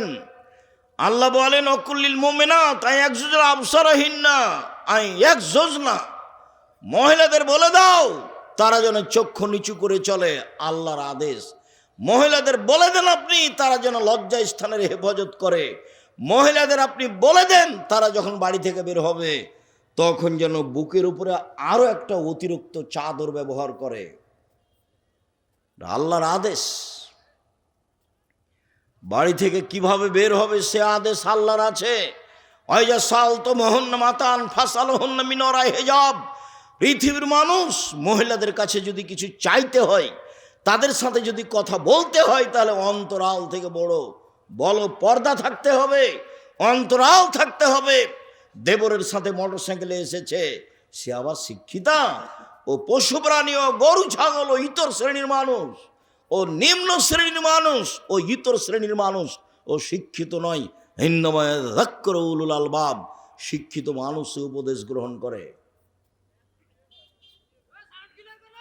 সম্মানিত দ্বীনি ভাই বোন, বলছিলাম মহান আল্লাহ বলেন তাদের ব্যাপারে কঠোর বাণী। রাসূল সাল্লাল্লাহু আলাইহি ওয়াসাল্লাম বলেন, ফাত্তাকু দুনিয়া ওয়াত্তাকুন নিসা। পৃথিবীর মানুষ তোমরা পৃথিবী থেকে বেঁচে থাকো এবং নারী থেকে বেঁচে থাকো। পৃথিবীর মানুষ, তোমরা পৃথিবী থেকে বেঁচে থাকো। এই জড় বস্তু, এই মাটি থেকে বেঁচে থাকেন। মাটি হলো পৃথিবীতে সবচেয়ে অত্যাধুনিক যন্ত্র। এই মাটির চেয়ে অত্যাধুনিক আধুনিক যন্ত্র পৃথিবীতে আর কিছু নেই। আল্লাহ বলছেন, ইয়াউমাইজিন তুহাদ্দিসু আখবারাহা, মাটির ওপরে আদম থেকে নিয়ে কিয়ামত পর্যন্ত যা কিছু ঘটেছে, যা কিছু ঘটছে, যা কিছু ঘটবে, সব ছবি সহ ধরে রাখছে। বিচার মাঠে top top top top top top করে মাটি কথা বলবে। এ কথা আল্লাহ বলছে। আপনার মোবাইলের মুখ নেই, তবু মোবাইল কথা বলতে পারে। মানুষের তৈরি মোবাইল কথা বলতে পারে, তো আল্লাহর তৈরি মাটি কথা বলতে পারে না? স্বাভাবিক। আল্লাহ বলছেন এই মাটি সব খবর বলে দিবে। রাসূল সাল্লাল্লাহু আলাইহি সাল্লাম বলেন, বিচারের মাঠে যেদিন মানুষ আল্লাহর মুখামুখি হবে, যখন আল্লাহ তাকে জিজ্ঞাসা করবেন, জিজ্ঞাসার সময় আল্লাহর মাঝে, ব্যক্তির মাঝে কোনো অন্তরাল থাকবে না, একবারে মুখামুখি, কোনো এরকম অন্তরাল থাকবে না, মুখামুখি কথা হবে। ওই সময় আল্লাহর সাথে কথা বলার সময় এনজুর আইমানা মিনহু, সে তার ডান দিকে লক্ষ্য করবে। ব্যক্তি আপনি, আমি যখন ডান দিকে লক্ষ্য করবে, ফায়ারা মা কাদ্দামা মিন আমালিহি, পুরো জীবনের সব কর্ম দেখতে পাবে। কোথায় ভাবির সাথে মোটরসাইকেলে গেল, কোথায় গায়ে হাত লাগালো, কোথায় কি করলো, সব একবারে ঝকঝক ঝকঝক করে টকটক করে দেখতে পাবে দিনের মতো ডান দিকে। সুম্মাইয়ারা আশআমা মিনহু, তারপর বাম দিকে লক্ষ্য করবে, ফায়ারা মা কাদ্দামা মিন আমালিহি, বাম দিকে দেখতে পাবে তার সব কর্ম। যা দেখলো ডানে তা দেখবে বামে, যা দেখলো ডানে তা দেখবে বামে। সুম্মা ইয়ানজুরু তিলকা ওয়াজহিহি, তারপর সামনের দিকে লক্ষ্য করবে, তখন দেখতে পাবে জাহান্নাম। আল্লাহ রাসূল শেষ বাক্যে বললেন, পৃথিবীর মানুষ, ফাত্তাকুন নারা ওয়ালাউ বিশিক্কি তামারাতিন, খেজুরের বীজের উপরে একটা খুব চিকন পর্দা আছে, সাদা, মূল অংশের নিচে বীজের উপরে একটা সাদা পর্দা আছে। এটা কি বুঝাতে পারলাম কথাটা? আল্লাহ রাসূল বলছেন, এই পরিমাণ হলেও দান করে তোমরা জাহান্নাম থেকে বাঁচো। আমার আগে যেই ছেলেটা কথা বলছিল, আমি যখন ঢুকি তখন ও বলছিল, কম হোক আর বেশি হোক আপনারা দান করে জাহান্নাম থেকে বাঁচেন। রাসূল সাল্লাল্লাহু আলাইহি সাল্লাম বললেন, এবার তো ডান দিকে আমল দেখতে পেলা, বাম দিকে সব আমল দেখতে পেলা, সামনে দেখছো জাহান্নাম, এখন বাঁচার পথ। সব কর্ম আল্লাহ ধরে রেখেছে, বাস্তব দেখাবেন টিভির পর্দার মতো, এবং মাটি কথা বলবে। আল্লাহ বলছেন, আলিয়াউমা নাখতিমু আলা আফওয়াহিহিম ওয়া তুকাল্লিমু আইদিহিম ওয়া ইয়াশহাদু আরজুলুহুম আও তাশহাদু আরজুলুহুম। আমি বিচারের মাঠে মানুষের মুখ সিলাই করে দেব। মুখে কোনো কথা নেই, কথা বলবে হাতে, আর পায়ে সাক্ষী দিয়ে বলবে, ঠিক বলেছ হাত, তুমি যা বলেছ। অবাক হয়ে গেল না? শুধু আপনার আত্মা কষ্ট পাবে। এটার বাস্তব কেমন? একটা ঝগড়াতে আপনি ভুল করে দিয়েছেন, যে এখন সেই কথা নিয়ে বিচার হচ্ছে। এবার বিচারে বসে খালি যেই সে বলছে, ওর মুখ ভেঙে দে, কথা বলার ঢং পায় না, ওকে মার দুটো, যার যেটা মনে লাগছে সে সেটা বলছে। এখন আপনিও খুব অপমান। বলেন তো, আপনার কষ্ট পাচ্ছে কে? আত্মা। আপনি এখন বলছেন যে আসলে কথাটা ভুলই হয়েছে, কি করি, যে মুখ ফসকা বের হয়ে গেছে, একটা কিছু আপনি বলছেন, তো আপনিও তো এখন বলছেন, কিন্তু কষ্ট পাচ্ছে কে? আত্মা। মানুষ মরে যাবে, তাকে কবরে উঠিয়ে বসানো হবে, লাশকে উঠিয়ে বসানো হবে না। ও বুঝলো যে আমাকে উঠিয়ে বসালো, তার আত্মা বুঝবে। লাশ তো গেছেই, লাশ তো মরে গলে নষ্ট হয়ে গেছে। কবর বলতে বাড়ির পিছন দিকে যে 3 হাত 2 হাত 2.5 হাত গর্ত করে বাড়ি কবর করা আছে, এর নাম কবর নয়। এইটাই যদি কবর হয়, তাহলে যাকে বাঘে খেলো তার কবর কোথায়? কবরস্থানে যে কবর দেওয়া হয়েছে সেটা মূলত কবর নয়, সেটাই যদি কবর হয় তাহলে আগুনে জ্বলে ছাই হয়ে গেল যে তার কবর কোথায়। বলা হচ্ছে কবরের শাস্তি, আমরা দিনরাত বলছি কবরের শাস্তি, এটাই যদি কবর হয় তাহলে যে পানিতে ভেসে হারিয়ে গেল তার কবর কোথায়। শুনুন, কবর বলতে মরার পর থেকে নিয়ে বিচারের দিন পর্যন্ত লম্বা সময়ের নাম হলো কবর। আলামে বারজাখ, বিচারের দিন পর্যন্ত তাকে শাস্তি দেওয়া হবে, ও বুঝবে আমাকে শাস্তি দেওয়া হচ্ছে, তার আত্মা বুঝবে। শুনুন এই ছেলেরা, এই দেখো তো যেখানে মহিলারা আছে এখানে কথা বলছে নাকি, একটু শরম হওয়া দরকার, একটু লজ্জাবোধ। ওই যে এভাবে এসেছে, কঠোরতা তো আপনাকে করতে হবে, ওকে তো সতর্ক বাড়িতে করতে হতো। কি দিয়ে বুঝায়? মহিলা মানুষ, একটু শরমও হয় না, একটু হায়াও হয় না, একটু লজ্জাও হয় না, এখানে এসে গল্প করছে, এখানে এসে হ্যাঁ হ্যাঁ করছে। তো সেই শিক্ষা তো আর এখন পারা যাবে না, আপনাকে বাড়ি থেকে পড়িয়ে নিয়ে আসতে হবে। সেই জিম্মেদারি তো আপনার, আপনি পিতা। যে মহিলা ওখানে গল্প করছে, ও যে বেশরমা মহিলা কথা বলছে, আমি কি করতে পারি? আপনি করেন, ওকে বাড়িতে গিয়ে পিটিয়ে দিয়েন। পিটিয়ে দেওয়ার তো পথ বুখারী মুসলিমের হাদিস, সেদিনও তো বলে গেলাম, একবারে উচিত মতন পিটিয়ে দিবেন। সেদিন তো দেখালাম আপনাকে বুখারী মুসলিমের হাদিস, কেন ভুলে যাচ্ছেন? ওই যে আয়েশা রাদিয়াল্লাহু তাআলা আনহা বলেন, আমরা এক সফর থেকে আসছিলাম, হঠাৎ করে আমার গলার হার, হ্যাঁ ছেলে, ওই ছেলেটা ভিতরে কি নিয়ে ঘুরছে? শরম হয় না আপনাদের? চোখে পড়ে না? আমি তাফসির মাহফিল করতে এসেছি, বাদাম খাবেন আর গল্প করবেন আর জিনিস কিনবে, এ কোন কথা? এই কয়েক মিনিট বাদাম খেতে হবে? এই নোংরামি হিসাব কেন? এত খারাপ হিসাব কেন? আমি তো আপনার কাছে ভোট চাইতে আসিনি, আমি কোনোদিন নিঃসহ্য লেখার কাহিনীও বলি না, আজও বলতে আসিনি। 20 বছর 30 বছর আগে যা দেখেছেন আজকেও তাই। আমি কথা বললে আপনার অনেক কথা মুখস্থ আছে, মনে হয় যে হ্যাঁ এর কথা তো শুনেছি। আমি তো কোনো নতুন কথা বলতে পারি না। কোন সাহস ওই ছেলে ঘুরে আর আপনি তার বাদাম কিনেন আর বসে খান? এ কোন হিসাব? আমি আল্লাহ রসুলের কথা বলছি আর আপনি খাচ্ছেন মানে? বাড়িতে গিয়ে ওকে পিটিয়ে দিয়েন যে হ্যাঁ হ্যাঁ করছে, তাকে পিটিয়ে না দিলে মুনাফেক আপনি, আপনি কথা মানেন না। আরে পিটিয়ে দিতে হবে, বুখারী মুসলিমের হাদিস, আমি কি করতে পারি? ওকে পিটাতে হবে এরকম বেটিকে, ওটা বুখারী মুসলিমের হাদিস। এর চেয়ে সামান্য ব্যাপারে বাপ পিটিয়ে দিলেন। এই যে আয়েশা রাদিয়াল্লাহু তাআলা আনহা বলেন, আমার গলার হার হারিয়ে গেল, খুঁজে পায় না, সালাতের টাইম হয়ে গেল, পানি নেই, অজুও করতে পারি না, যেতেও পারি না।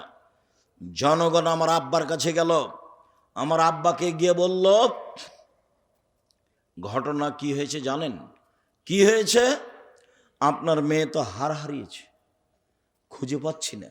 আয়েশাও বড় লজ্জিত, তার বড় বোনের হার নিয়ে এসেছে আসমার, লজ্জা পাচ্ছে, কেমনে ঘুরে যায়। সবাই বিপাকে। আবু বকর সিদ্দিক আসলেন মেয়ের দিকে। আয়েশা বলছেন আবু বকর সিদ্দিক আমার নিকটে আসলেন, বললেন না যে আমার আব্বা, বলছেন আবু বকর সিদ্দিক রাদিয়াল্লাহু তাআলা আমার নিকটে আসলেন। ওয়া লাকা জানি লাকসাতান শাদীদা, আমার কোমরের উপরে খুব জোরে মারলেন।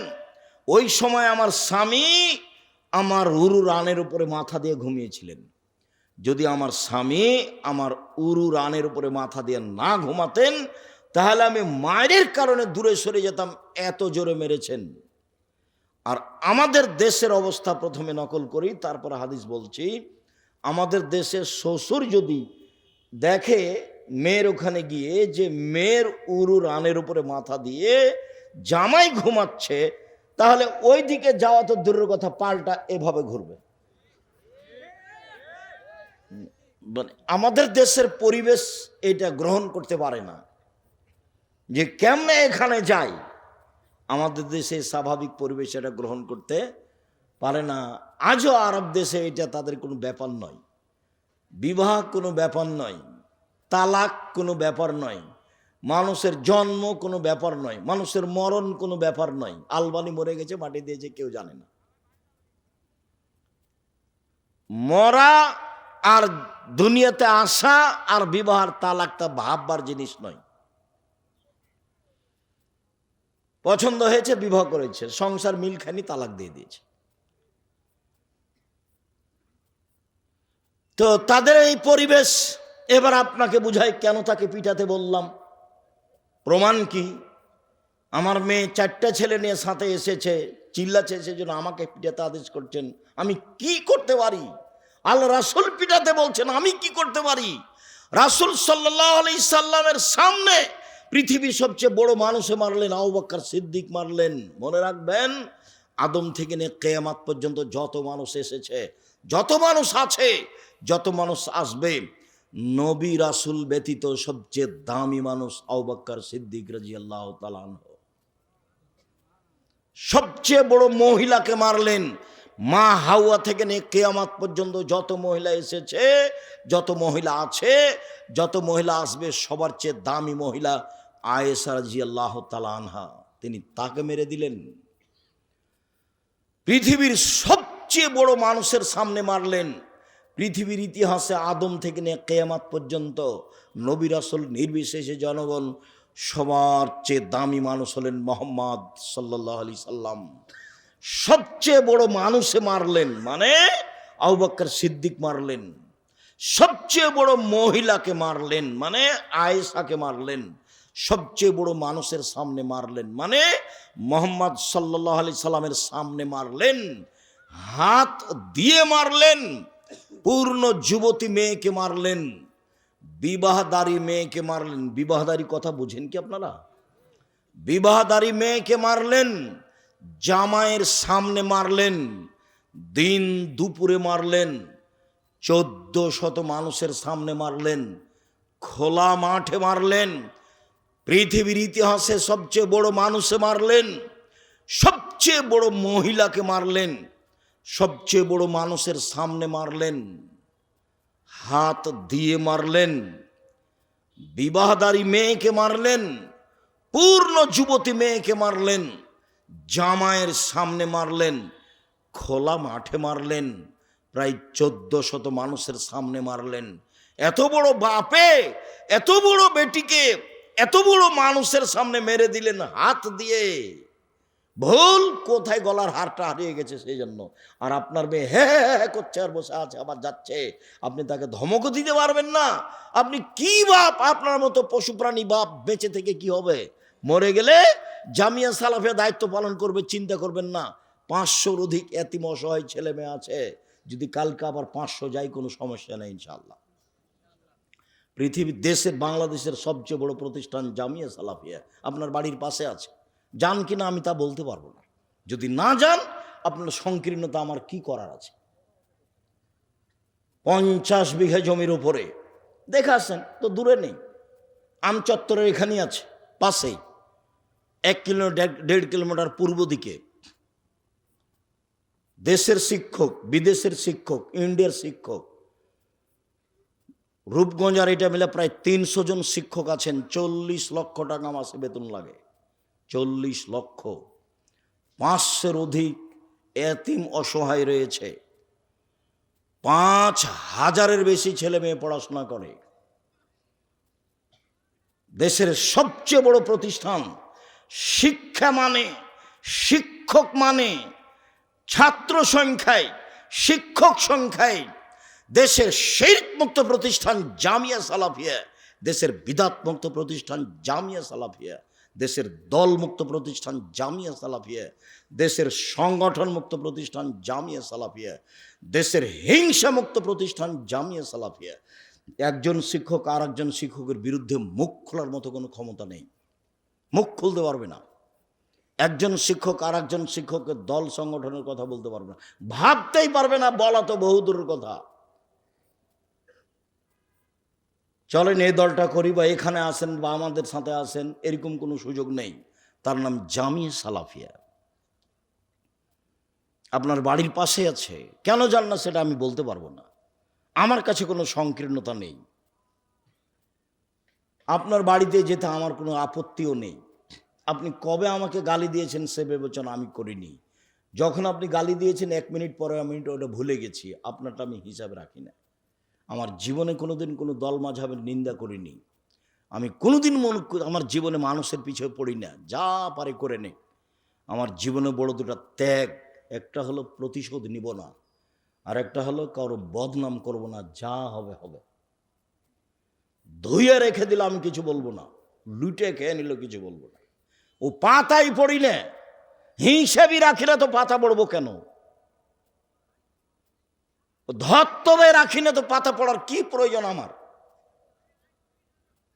আপনি হাতিতে চড়েন না, ঘোড়ায় চড়ে চলেন না, সাইকেলে চলেন, এটা তো আমি দেখতেই চাই না। তা আপনার বদনাম করব কেন? হ্যাঁ, ও তো হাতিতে চড়ে চলে, আমার সাইকেল দিয়ে কি হবে, এটা তো আমি ভাবি না। তা আমার বদনামের কি আছে? আপনি ধুয়ে ছেড়ে দিলে আপনার নামটা আমি নিব না, এটা আমার ত্যাগ। যে কোনো মূল্যে এই কথার উপর আমি টিকে থাকার চেষ্টা করবো ইনশাআল্লাহ। পুরো ডিসেম্বর ফর্ম বিতরণ হয়, জানুয়ারির 1 তারিখ 1 জানুয়ারি পরীক্ষার মাধ্যমে ভর্তি হয়। কাজেই কোথা থেকে কথা আসলো? যদি মারা যান, আমি আপনাকে এইটা বদ্ধ করে নিয়ে মরে যান, পরিস্থিতিতে আপনাকে বলছি, এটা আমি চাইনি যে আমি বলছি যে আপনি বাপ কি করছেন থেকে। এই যে দেখেন, মেয়েকে মেরে দিল, যদি আমি বুঝাতে না পারি আমি অক্ষম। হাদিস বুখারী মুসলিম, পিটিয়ে দিল মেয়েকে। পৃথিবীর সবচেয়ে দামি মহিলা, পৃথিবীর ইতিহাসে এত দামি মহিলা কেউ জন্ম নেয় না। আপনার তো করে বেড়াই, আবার কি তার কয়েক কোটি আপনার মেয়েকে যদি জমা করা হয়, একটা আয়েশা হবে? তো এত বড় মেয়েকে মারলেন, এখন আপনাকে বললাম যে হ্যাঁ করছে, আপনাকে পিটিয়ে ঠিক করতে হবে, আপনি এখন কষ্ট পাচ্ছেন, কেমন হয়ে গেল কথা? আমার 4 ছেলের মা, 10 ছেলের মা হলো আপনি পিটাবেন? বাপের কাছে মেয়ে কোনোদিন বড় হয়নি, এটাই প্রমাণ। হাদিস বুখারী মুসলিম। জামাইয়ের সামনে, মানে পৃথিবীর বিরল ইতিহাস, পৃথিবীর বিরল ইতিহাস, মেয়ে কোনোদিন বাপের কাছে বড় হয় না। মেয়ের বয়স বেশি, বুড়ি হয়ে গেছে, এরপরও তার বাপ বেঁচে আছে, তাকে পিটিয়ে দিবে। তার প্রমাণ এটাই হাদিস। মেয়ের সব সময় বাপের অধিকার আছে, মেয়েকে কন্ট্রোলে নিয়ে আসবে, সংশোধন করবে। তাহলে তো ভালো হবে পরিবার। তাহলে এখানে এসে হইচই করবে কেন? জিম্মেদার তো আপনি, আমি কি করতে পারি? রাসূল সাল্লাল্লাহু আলাইহি ওয়াসাল্লাম বলছেন যে ওরা দুইজন, আমি আর ওই পিতা, মেয়ের পিতা জান্নাতে একসাথে এভাবে থাকব। তখন তিনি বললেন, 1 বিদ্যে শিখিয়ে দিল, 2 শিষ্টাচার শিখিয়ে দিল, 3 ভালো আচরণ করলো, 4 বিবাহ শাদী দিয়ে দিল, আমি আর সেই বাপ একসাথে জান্নাতে থাকব। আমি কি করতে পারি? শিষ্টাচার শিখাতে হবে। ওই মুহাম্মদ সাল্লাল্লাহু আলাইহি ওয়াসাল্লাম বলছে, দরজা লাঠিটা ঝুলিয়ে রাখো, ছেলে মেয়ের জন্য লাঠি ঝুলিয়ে রাখো। মেয়ে যদি একবার হ্যাঁ হ্যাঁ করে, তাহলে বুঝবে যে পিটন হবে। লাঠিটা ঝুলিয়ে রাখতে বলছেন মুহাম্মদ সাল্লাল্লাহু আলাইহি সাল্লাম। আবার বলছেন, লা তারফু আসাকা আদাবান মিন আহলিক, তোমার পরিবারের উপরে শিষ্টাচারের লাঠি উঠিয়ে নিও না, পরিবারের উপরে শিষ্টাচারের লাঠি রাখো। ওকে শিষ্টাচার শিখাতে হবে, নিয়ম কানুন তাকে শিখাতে হবে, নখ তাকে কাটতে হবে, টিপ কপালে দেওয়া যাবে না, পরচুলা দিয়ে খোপা বড় করা যাবে না, দাঁত ছিলে চিকন করা যাবে না, ভুরু তুলে চিকন করা যাবে না, ল্যাংটাকে পোশাক পরে স্কুল কলেজে যাওয়া হবে না। আর এইভাবে বড় মোবাইল দেখে, ল্যাংটা মেয়ে দেখে সবকিছু হারানো যাবে না। ভূমিকম্প তো হবেই, স্বাভাবিক। 3টা পাপের কারণে ভূমিকম্প হয়, 3টা পাপের কারণে ভূমিকম্প হয়। 1, এই যে সারেবুল খমরা, মানুষ যখন নেশাদার দ্রব্য পান করবে, বিড়ি, তামাক, জর্দা, সিগারেট, গুল, নেশাদার দ্রব্য খাবে, পান করবে, তখন ভূমিকম্প হবে। 2, জাহরাতুল কায়নাত, মেয়েরা যখন নাচবে, তো সব মোবাইলে মেয়ে নাচে, সব দোকানে মেয়ে নাচে, সব বাড়িতে মেয়ে নাচে, তখন ভূমিকম্প তো হবেই মেয়েরা যখন নাচবে। 3, জারাবুবিল মাজেব, যখন বাদ্যযন্ত্র প্রকাশ পাবে, বাদ্যযন্ত্র প্রকাশ পেলে তো ভূমিকম্প হবে। আর একটা বলেছেন, সন্ধ্যায় থাকবে মানুষ, সকালে হবে বানর, সোর, একবারে হুবাহু সোর হয়ে যাবে, বানর হয়ে যাবে। সন্ধ্যায় থাকবে মানুষ, সকালে শোর বানর হয়ে যাবে। আপনি দেখতে পাচ্ছেন যাদেরকে, যখন এগুলো বেশি হয়ে যাবে, এগুলো তো বেশি হচ্ছেই। সাল্লাল্লাহু আলাইহি সাল্লাম বলেন, ফাত্তাকু দুনিয়া ওয়াত্তাকুন নিসা, পৃথিবীর মানুষ তোমরা দুনিয়া থেকে বেঁচে থাকো। দুনিয়া জড় বস্তু, এ হলো অত্যাধুনিক যন্ত্র, তোমার ছবি ধরে আছে কর্মসহ, সব বিচারের মাঠে দেখিয়ে দিবে এবং বলে দিবে, টপ টপ টপ করে কথা বলবে। আল্লাহ বলছেন, পৃথিবীর মানুষ ওয়াত্তাকুন নিসা, মহিলা থেকে বেঁচে থাকো, সাবধান, মহিলা তোমার জীবন ধ্বংস করে দিবে, তোমার পড়াশোনা নষ্ট করে দিবে। একবার তোমার সাথে যদি গল্প করে, হি করে একটু হেসে উঠে, তুমি তার নাম্বারটা ধরে রাখবা, মানে তুমি জাহান্নামে চলে গেছো, তোমার পড়াশোনা ধ্বংস হয়ে গেছে। এর নাম নারী। রাসূল সাল্লাল্লাহু আলাইহি সাল্লাম বলছেন, পৃথিবীর মানুষ তোমরা নারী থেকে বেঁচে থাকো।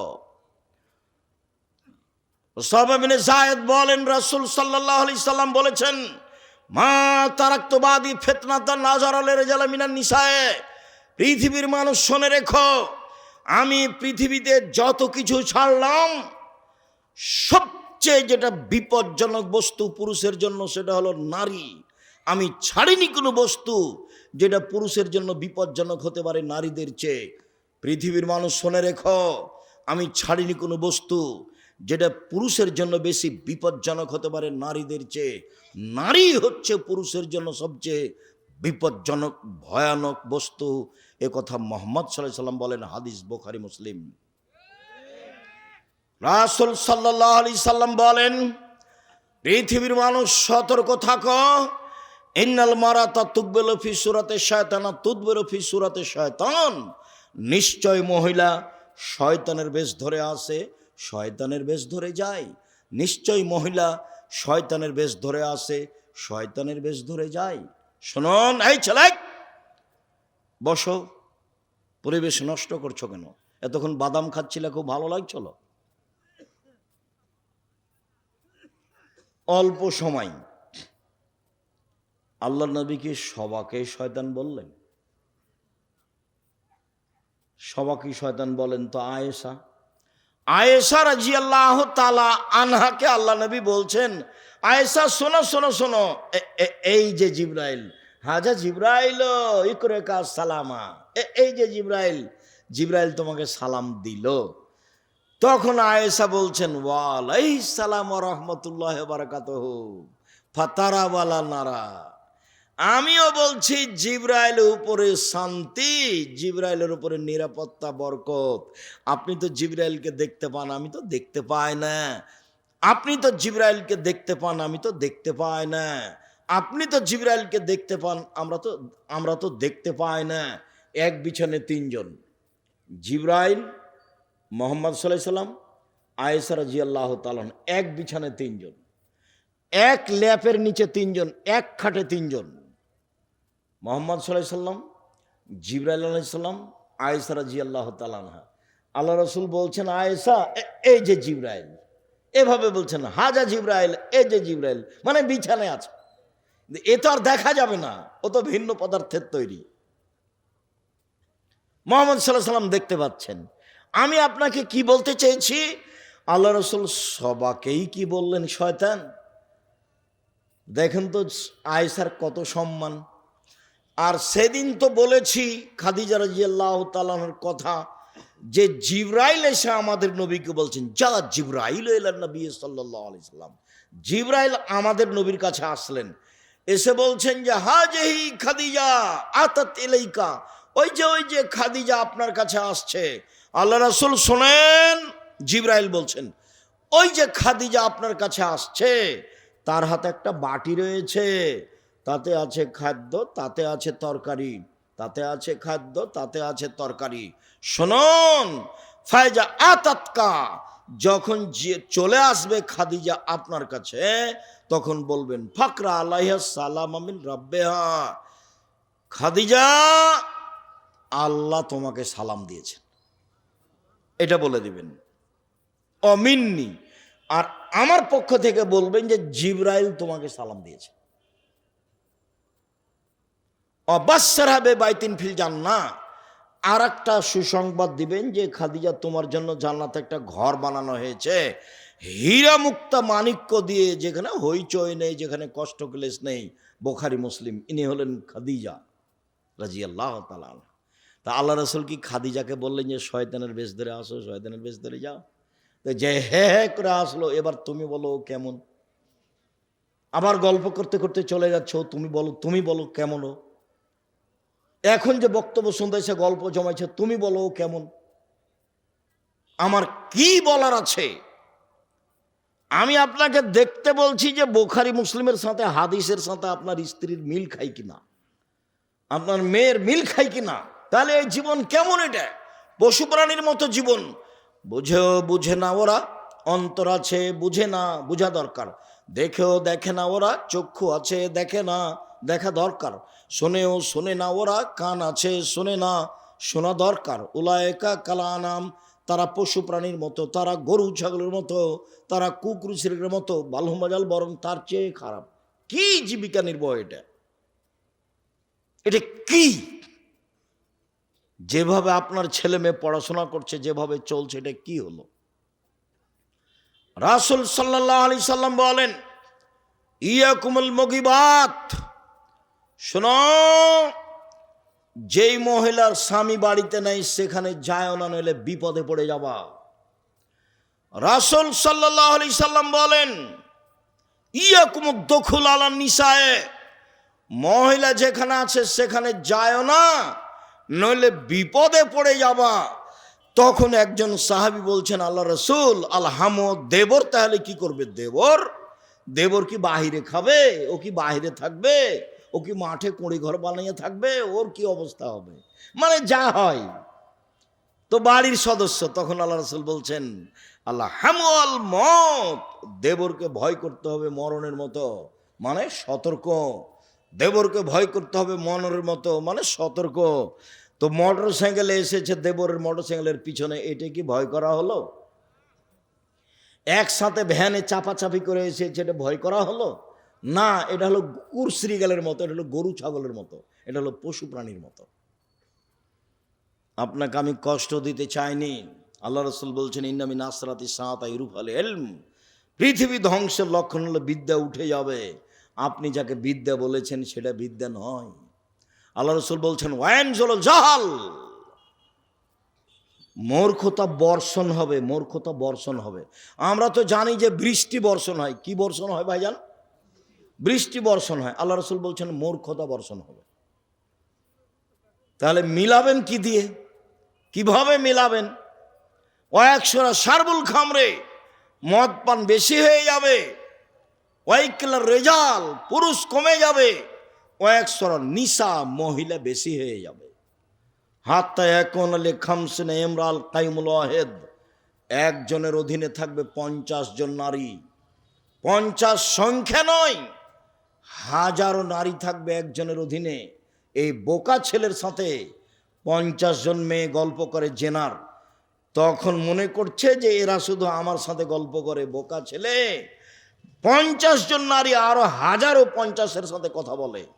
তার মানে ও খারাপ। তুমি যেমন খারাপ ওও তেমন খারাপ, তুমি যেমন খারাপ ওও তেমন খারাপ। খারাপের সমান সমান। এখান থেকে তোমাকে ফিরে আসতে হবে যে কোনো মূল্যে। জাতির জন্য কিছু করতে শিখো, পরকালমুখী হতে শিখো। বাপ মাকে, জাতিকে পরকালমুখী করতে শিখো। আসলে বিদ্যা অর্জন করো, বিদ্যা যেন তোমার জন্য বিপজ্জনক না হয়। রাসূল সাল্লাল্লাহু আলাইহি সাল্লাম বলছেন, আউযু বিকা মিন ইলমিন লা ইয়ানফা, ওই বিদ্যা চায় না যে বিদ্যা উপকার করে না। ওই বিদ্যা চায় না যে বিদ্যা উপকার করে না। ওই বিদ্যা চায় না যে বিদ্যা উপকার করে না। আমিন কালবিন লা ইয়াখশা, ওই অন্তর চায় না যে অন্তর তোমার ভয়ে কাঁদে না। ওই অন্তর চায় না যে অন্তর তোমার ভয়ে কাঁদে না। আমিন নাফসিন লা তাসবা, ওই আত্মা চায় না যে আত্মা তৃপ্তি লাভ করে না। ওই আত্মা চায় না যে আত্মা তৃপ্তি লাভ করে না। আমিন দাওয়াতিন লা ইস্তাজাবু লাহা, ওই দোয়া করতে চায় না যে দোয়া কবুল হয় না। ওই দোয়া করতে চায় না যে দোয়া কবুল হয় না। সম্মানিত দিনী ভাই বোন, শুনুন, অল্প সময়, আমি তো আব্দুল্লাহ বিন ফজল রাহিমাহুল্লাহ নয় যে ফজর পর্যন্ত কথা বলবো। আব্দুল্লাহ বিন ফজল নাম শুনেছেন কিনা এখন আপনারা? ও তো অনেক দিন আগের ছিলেন, ঘন্টার ঘন্টা বক্তব্য দিতেন। কিভাবে যে কথা বলতেন, শ্রোতাও বসে আছে, উনিও বলছেন, বলতে বলতে ফজর আজান হয়ে গেছে। 4 ঘন্টা 5 ঘন্টা 6 ঘন্টা বক্তব্য দিতেন। মানুষও বসে আছে, পেশাব পায়খানা ভুলে গেছে। আর আমরা তো হয় 1 ঘন্টা নয় 1.5 ঘন্টা। আপনার ঠিক মোবাইলের মতো, আপনার মোবাইলে যেমন নেশা, ওই যে আপনি রাত 12টায় চালু করেছেন মোবাইল, দেখতে দেখতে ফজর আজান হয়ে গেছে, বুঝতেই পারেননি কখন 4 ঘন্টা পার হয়ে গেছে। এটা হলো নেশা।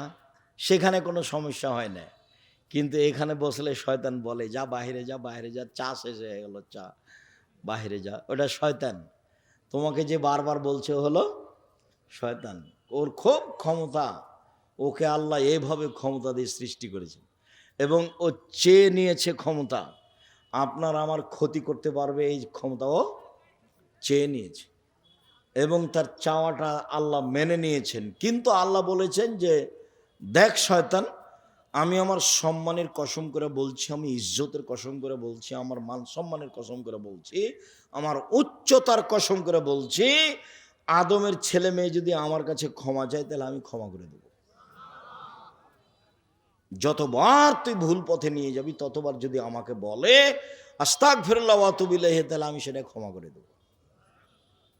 সম্মানিত দিনী ভাই বোন, বলছিলাম রাসূল সাল্লাল্লাহু আলাইহি সাল্লাম যা বলেছেন তাতে মূলত আপনাকে আর আপনার স্ত্রীকে এই পরিবার ভালো হওয়ার এবং ধ্বংস হওয়ার দায়িত্ব দিয়েছেন।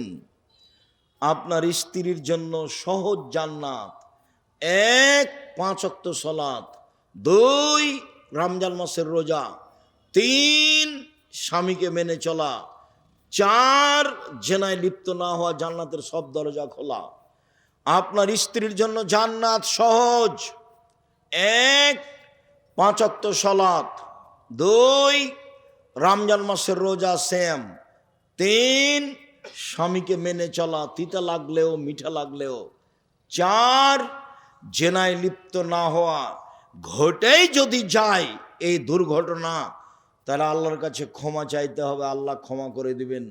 রাসূল সাল্লাল্লাহু আলাইহি ওয়াসাল্লাম বলেছেন, কেউ যদি আল্লাহর ভয়ে কাঁদে তাহলে তার জাহান্নামে যাওয়া এইরকমই অসম্ভব, গাভীর বান থেকে চাপ দিয়ে দুধ বের করে ভিতরে ঢোকানো যেমন অসম্ভব। আপনি চাইলে আল্লাহ খুশি হন, আর আপনি যদি নাচে মুখখান চুপটি করে থাকেন তা আল্লাহ অসন্তুষ্ট হন। চুপটি করে থাকবেন কেন? মসজিদে যাবেন, 2 রাকাত সালাত আদায় করবেন, হাত তুলে দোয়া করেন। আব্দুর রাজ্জাক সাহেব কি আপনার ব্যক্তিগত হাত তুলে দোয়া নিষেধ করেছেন?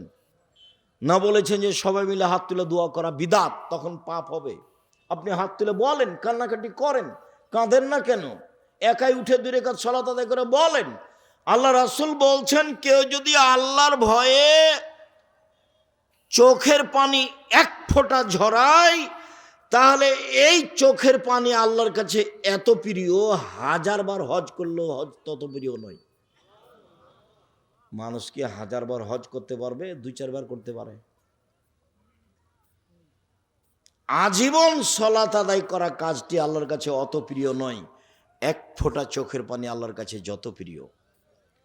পাপ হয়ে গেছে, আপনি ক্ষমা চান, ক্ষমা হবে ইনশাআল্লাহ। 1 5 ওয়াক্ত সালাত, 2 রমজান মাসের সিয়াম রোজা, 3 স্বামীকে মেনে চলা, 4 জেনায় লিপ্ত না হওয়া। হয়েই যদি যায় তাহলে কান্নাকাটি করে আল্লাহকে বলতে হবে, ক্ষমা হবে ইনশাআল্লাহ। জান্নাতের সব দরজা খোলা, মহিলা মানুষের জন্য অনেক সুবিধা। রাসূল সাল্লাল্লাহু আলাইহি সাল্লাম বলছেন, পৃথিবীর মানুষ খায়রুন নিসায়ে, সবচেয়ে ভালো মহিলা কে? 1 যে স্বামীর সাথে কথা বললে হাসি মুখে বলে, 2 স্বামী আদেশ করলে পালন করে, 3 স্বামী বাড়িতে না থাকলে নিজেকে হেফাজতে রাখে, স্বামীর অর্থ সম্পদ হেফাজতে রাখে। এই 3টে গুণ আছে যার, সে হলো সবচেয়ে দামি মহিলা। 1 স্বামীর সাথে কথা বললে হাসি মুখে বলে, 2 স্বামী আদেশ করলে পালন করে, 3 স্বামী বাড়িতে না থাকলে নিজেকে হেফাজতে রাখে। এ হলো সবচেয়ে দামি মহিলা। রাসূল সাল্লাল্লাহু আলাইহি ওয়াসাল্লাম বলেন, খায়রুন নিসায়ে, সবচেয়ে উত্তম মহিলা এক আল অদুদ, স্বামীর সাথে প্রেম বিনিময়ে ভালোবাসায় আগ্রহী যে, স্বামীর সাথে প্রেম বিনিময়ে ভালোবাসায় আগ্রহী যে। দুই আল অদুদ, বেশি বেশি সন্তান দিতে পারে যে। তিন আল আউদ, কোনো সময় যদি স্বামী রাগ করে হাত ধরে বলে, যতক্ষণ পর্যন্ত খুশি না হবেন, রাজি না হবেন, ততক্ষণ পর্যন্ত আমি আপনার স্ত্রী কিছুই খাবো না। এ হলো সবচেয়ে ভালো নারী। রাসূল সাল্লাল্লাহু আলাইহি ওয়াসাল্লাম বলেন, পৃথিবীর মানুষ শুনে রেখো, তোমাদের হক স্ত্রীদের প্রতি স্ত্রী তোমাদের কাছে পায়, স্ত্রী তোমাদের কাছে পাওনা রাখে। এক, যে মানের খাচ্ছ সে মানের খাওয়াবা। দুই, যে মানের কাপড় পরো সে মানের পরাবা। তিন, কটু কথা বলো না। চার, মুখের উপরে মারো না। পাঁচ, নিজের বাড়ি ছাড়া কোথাও থাকতে দিও না, কোথাও যেতে দিও না। শ্বশুর বাড়ি, খালার বাড়ি, ফুফুর বাড়ি যেতে পারে না জরুরি কারণ ছাড়া। বাজার তো বহু দূরের কথা। ওর স্বামী মরেছে, ওর দেবর মরেছে, ওর ভাসুর মরেছে, ও বাজারে যাবে কেন? বাজারে যায় কেন? রাসূল সাল্লাল্লাহু আলাইহি ওয়াসাল্লাম বলছেন, পৃথিবীর মানুষ শুনে রেখো, ওই সব গুণের মহিলাদেরকে গ্রহণ করো। এক, স্বামীর সাথে প্রেম বিনিময়ে ভালোবাসা রাখে যে।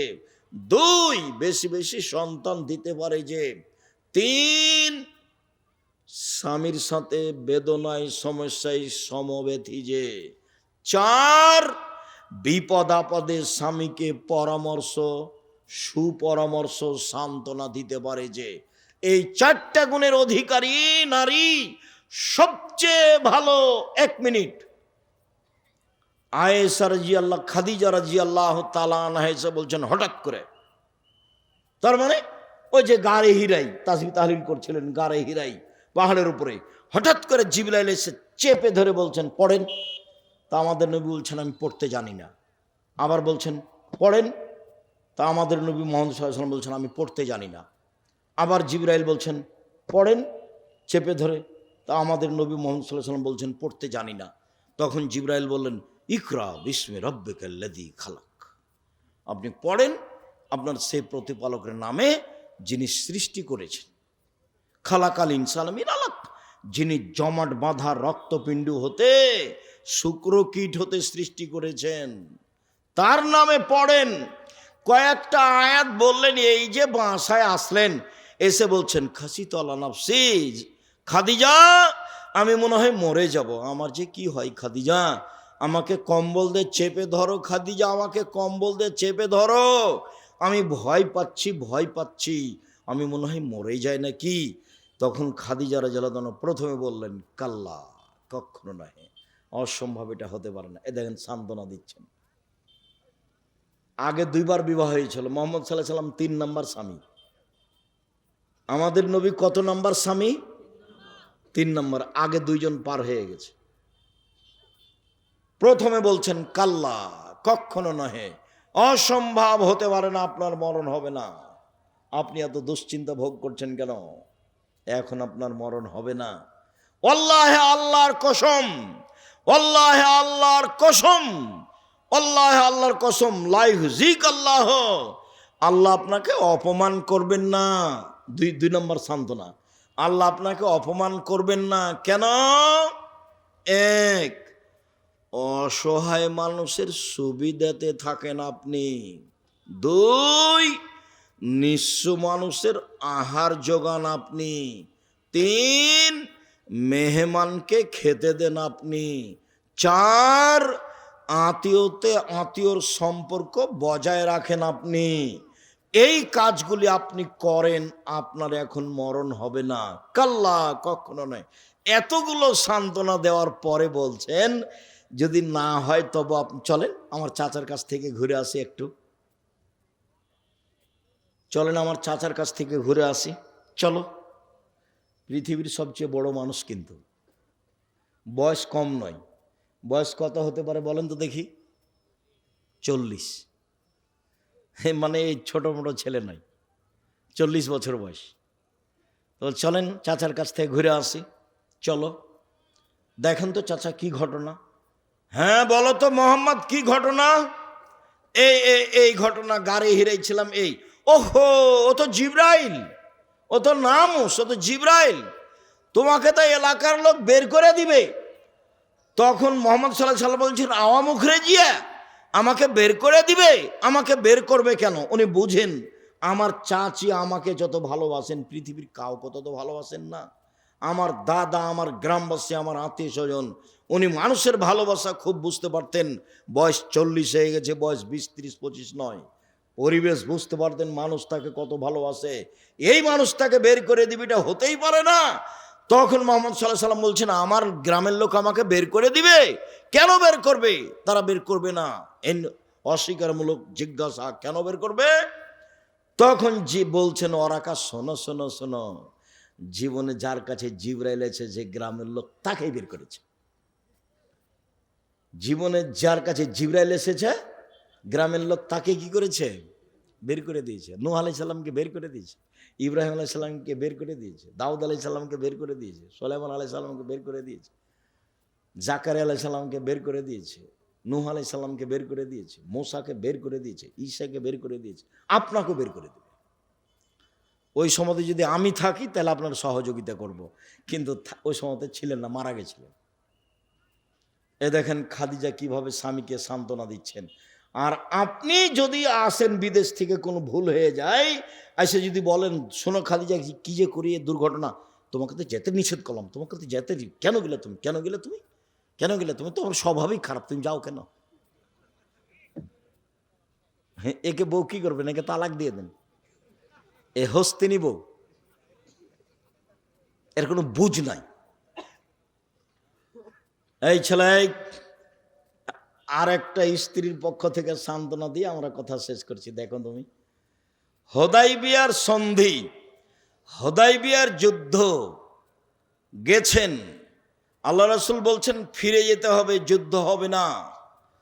তখন ওমর রাদিয়াল্লাহু তাআলা বলছেন, কেন? ইসলাম ধর্ম সত্য নয়? বলে হ্যাঁ সত্য। আপনি সত্য নবী নন? বলে হ্যাঁ সত্য। আপনি কাবা ঘরে ঢুকবে কথা বলেননি? বলে হ্যাঁ বলেছি, তবে এবছরে ঢুকবে কথা বলিনি। এবার এখানে আর কিছু বললেন না। আবু বকর সিদ্দিককে বলছেন, আচ্ছা আবু বকর সিদ্দিক, ইসলাম ধর্ম সত্য নয়? হ্যাঁ সত্য।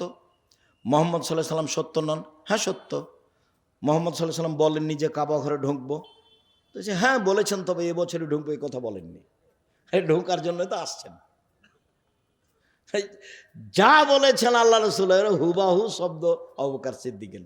বুখারীর হাদিসে মানে অক্ষরের অমিল নেই, অক্ষর হুবাহু একটাই দুইজনের। তার মানে আবু বকর সিদ্দিক রাদিয়াল্লাহু আনহু কত উঁচু মানুষ, যদিও উমারের রাস্তায় শয়তান হাঁটে না। মানুষের মানের কম বেশ। উমার যে রাস্তা দিয়ে হাঁটতেন সে রাস্তা দিয়ে শয়তান হাঁটতো না। কিন্তু দেখেন, উমার বলছেন এই কথা আর আবু বকর সিদ্দিক বলছেন এই কথা। আচ্ছা ঠিক আছে, যা হলো হলো। আল্লাহ রাসূল বলছেন, শোনো সবাই এখন কুরবানি করো, মাথা নেড়ে করো, কুরবানি করো, কাবা ঘরে ঢুকবো না, বাড়ি ফিরে যাব, যেতেই হবে। কেউ কুরবানি করে না। এখন আল্লাহ রাসূল উম্মু সালমাকে গিয়ে বলছেন, উম্মু সালমা বড় বেকায়দা। বলে কি হয়েছে? কেউ যে কুরবানি করছে না, সবাইকে যে আমি কুরবানি করতে বলছি, সবাই বলছে যে আগে কাবা ঘরে যাব, তারপরে কোনো কথা। কুরবানি এখানে করবো কেন? ওই যে ওই যে মিনা দেখতে পাচ্ছি, ওই যে আর 1-1.5 কিলোমিটার, ওই যে মিনা দেখতে পাচ্ছি, ওখানে কুরবানি করবো, এখানে করব না। সবাই একমত। তখন বলছেন উম্মু সালমা, আচ্ছা ঠিক আছে, আপনি আপনারটা করেন, দেখা যাক কি হয়। কে বলছেন এ কথা বলেন তো? উম্মু সালমা পরামর্শ দিচ্ছেন, আপনি কি করেন, আপনি আপনারটা জবে করেন। আল্লাহ রাসূল এবার তাঁবু থেকে বের হয়ে নিজের ছাগলটা ধরে জবে করে দিলেন। এবার সাহাবীগণ দেখলেন তাহলে তো এখন করাই লাগে, আর কি করি, চলো তাহলে করি। ঠান্ডা হয়ে গেল পরিবেশ। এর নাম উম্মু সালমা। বউ একটু ভালো হতে হবে, খালি ফোহর বউ হলে হবে? ফোহর দুনিয়ার হুঁচলা, বুদ্ধি কম, খালি এই চাই সেই চাই, আপনার ওই ইয়েতে যেতে চাই, কি ওটা স্বপ্নপুরি যেতে চাই, ভালো কাপড় চাই, এগুলো সংসার টিকবে না, ঝগড়া লাগবে সংসারে। বউ এমন হতে হবে, তুমি যাতে খুশি আমি তাতে খুশি, তুমি যাতে খুশি আমি তাতে খুশি, তুমি মোটা কাপড়ে খুশি তো আমিও খুশি, তুমি চিকন কাপড়ে খুশি তো আমিও খুশি, আমার পক্ষ থেকে কোনো আপত্তি প্রতিবাদ থাকিবে না। তখন শয়তান চুপটি লেগে চলে যাবে। আর যদি বউ খালি একবার বলে তুমি তো একটা ভালো কাপড় দিলে না, তখন শয়তান একটু পরে বললো তোকে দেয় না, তো তোকে দেয় না, কোনোদিনই দেয়নি, জীবনও দেয়নি। তখনও দেখবে হ্যাঁ ঠিকই তো আমাকে দেয় না, খালি মনে মনে এগুলো বলছে, বলতে বলতে ভোর হয়ে গেছে। সকালে তখন বলছে তোর ভাতই খাবো না। তো বলছে ভাত খাবি না, যা তাহলে এক্ষুনি ছেড়ে দে। আচ্ছা ঠিক আছে দিচ্ছে একটু পরে, এক্ষুনি আমাকে তালাক দিয়ে দে। তা দেখেন ও বোকামি কেমন, দেখেন খুব চাপ দিয়ে বলছে। তখন থামতে যখন না বেড়েছে তখন যা, 1 তালাক 2 তালাক 3 তালাক, তালাক দিলাম যা। যেমন তালাক দেওয়া হয়েছে তেমন আর শয়তান নেই। ইন্না লিল্লাহি ওয়া ইন্না ইলাইহি রাজিউন। এই জন্য 2 লাঠি মারিয়েন, তালাকে শব্দটা মুখে ব্যবহার করিয়েন না। আল্লাহ রাসূল বলছেন তৎ করে তালাক বললেও তালাক, মজাক করে তালাক বললেও তালাক,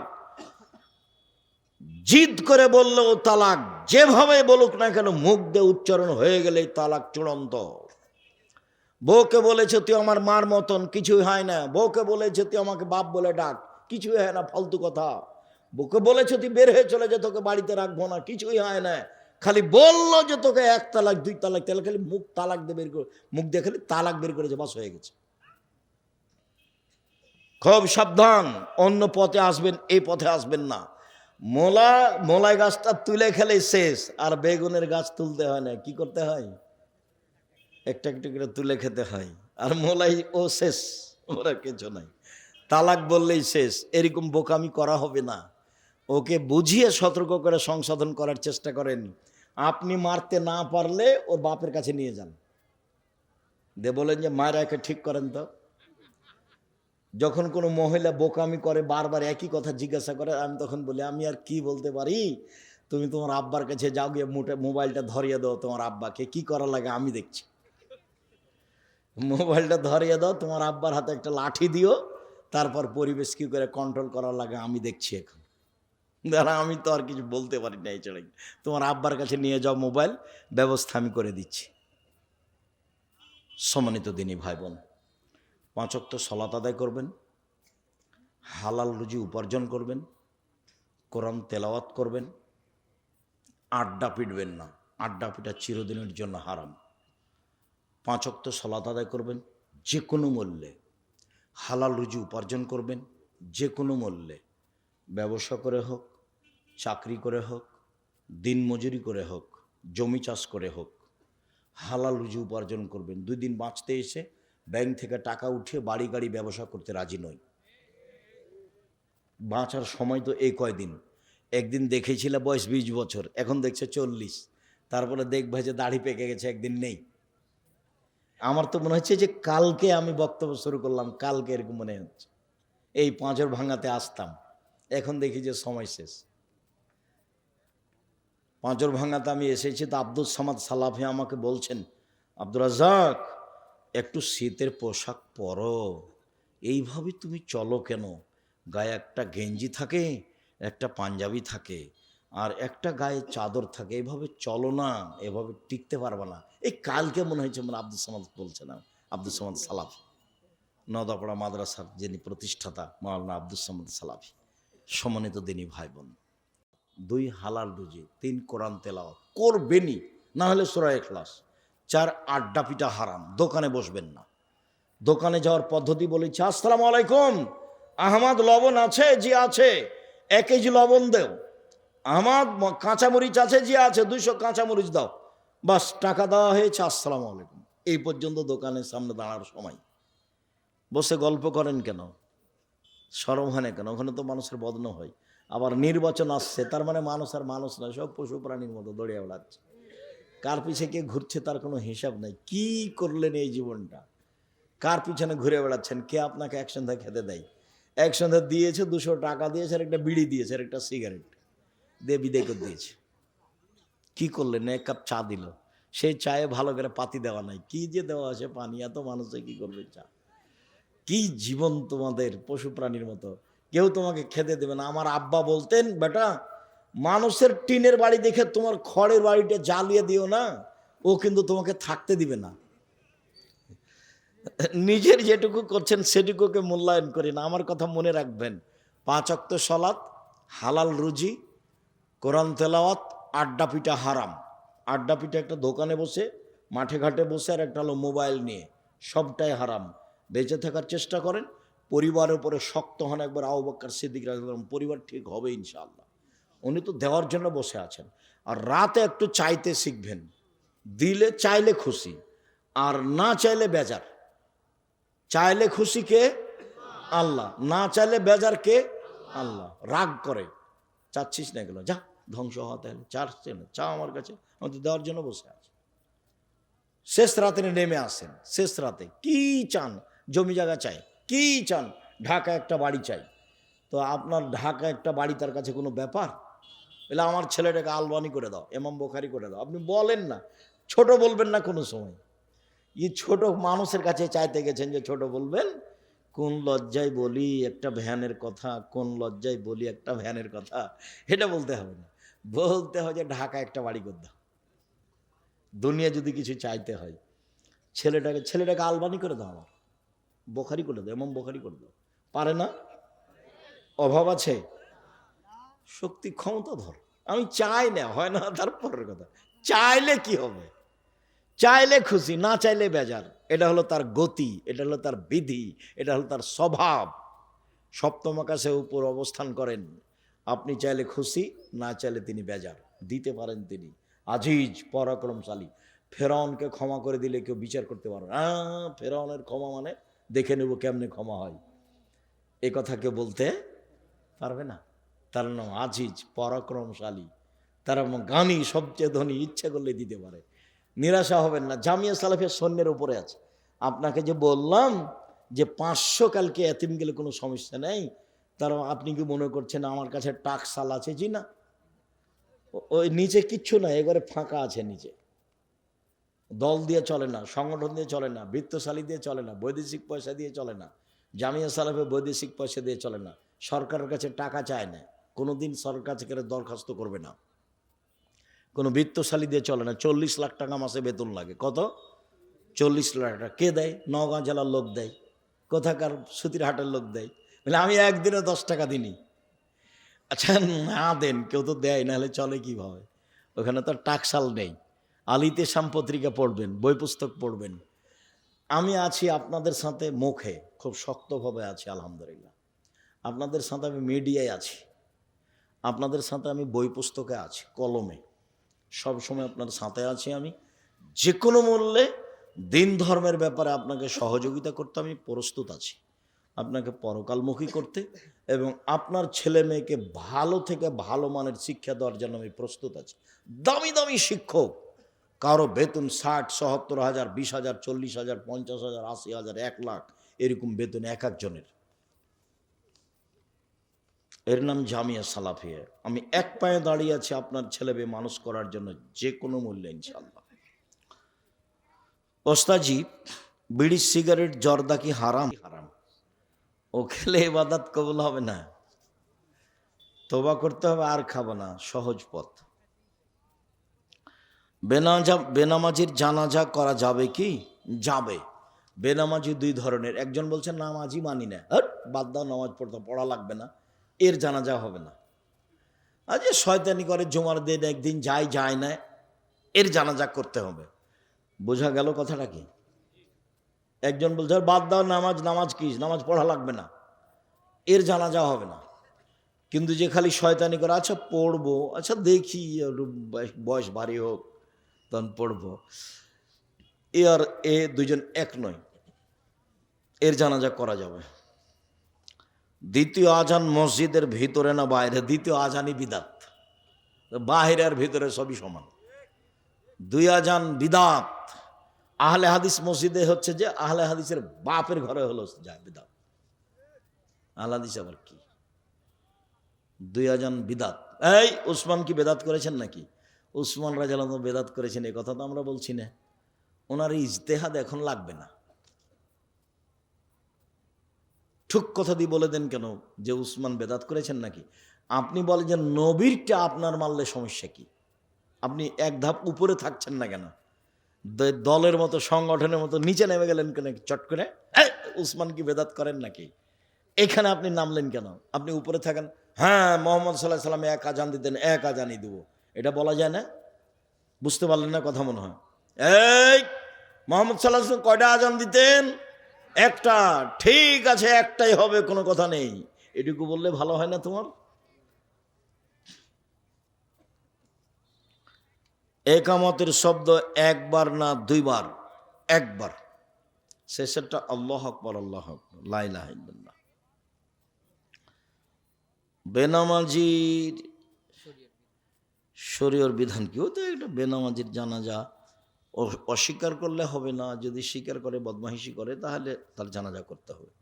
ওস্তাজি যে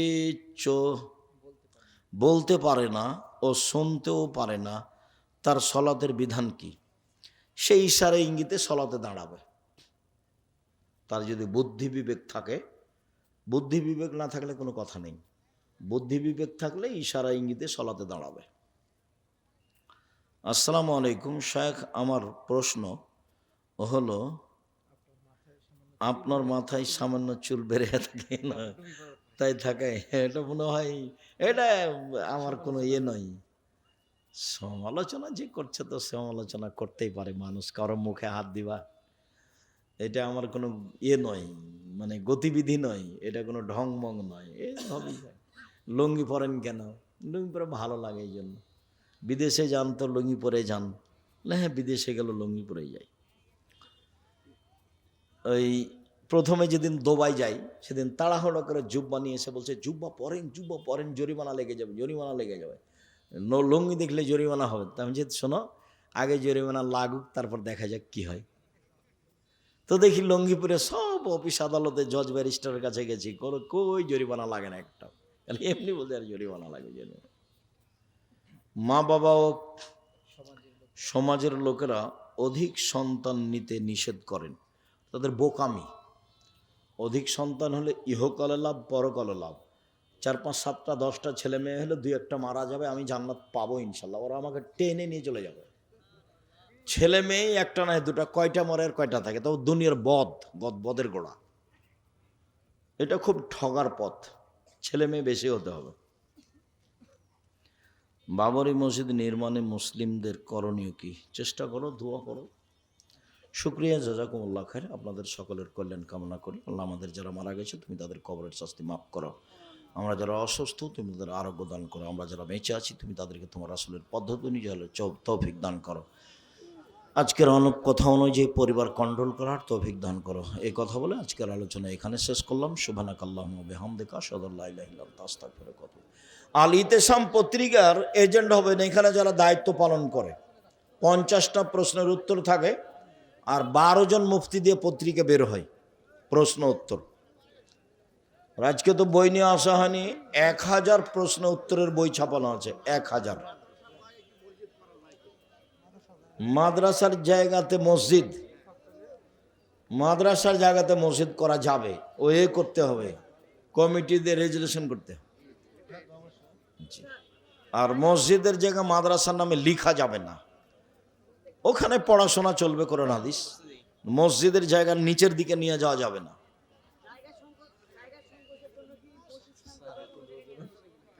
জায়গার সংকট হলে তো 1000 ওপর মসজিদ দূরে করা যাবে, এখান থেকে ওখানে, ওখান থেকে ওখানে। হ্যাঁ, যেটা ছেড়ে দেওয়া হলো বিক্রি করে দেয়, যে কিনে নিবে সে পেশাব পায়খানা বাড়িঘর সব করবে। হ্যাঁ, অক্ষ করা জমিতেই, অক্ষ করা জমি যে কিনে নিবে সে সব কিছু করবে। নবীগণ কি সকলে নিষ্পাপ? নবীগণ তো নিষ্পাপী, ভুল ত্রুটি হয়ে থাকলে আল্লাহ ক্ষমা করে দিয়েছেন। শুকরিয়া, জাযাকুমুল্লাহ খাইর। সুবহানাকাল্লাহুম্মা ওয়া বিহামদিকা আশহাদু আল্লা ইলাহা ইল্লা আনতা আস্তাগফিরুকা ওয়া আতুবু ইলাইক। আসসালামু আলাইকুম ওয়া রাহমাতুল্লাহ।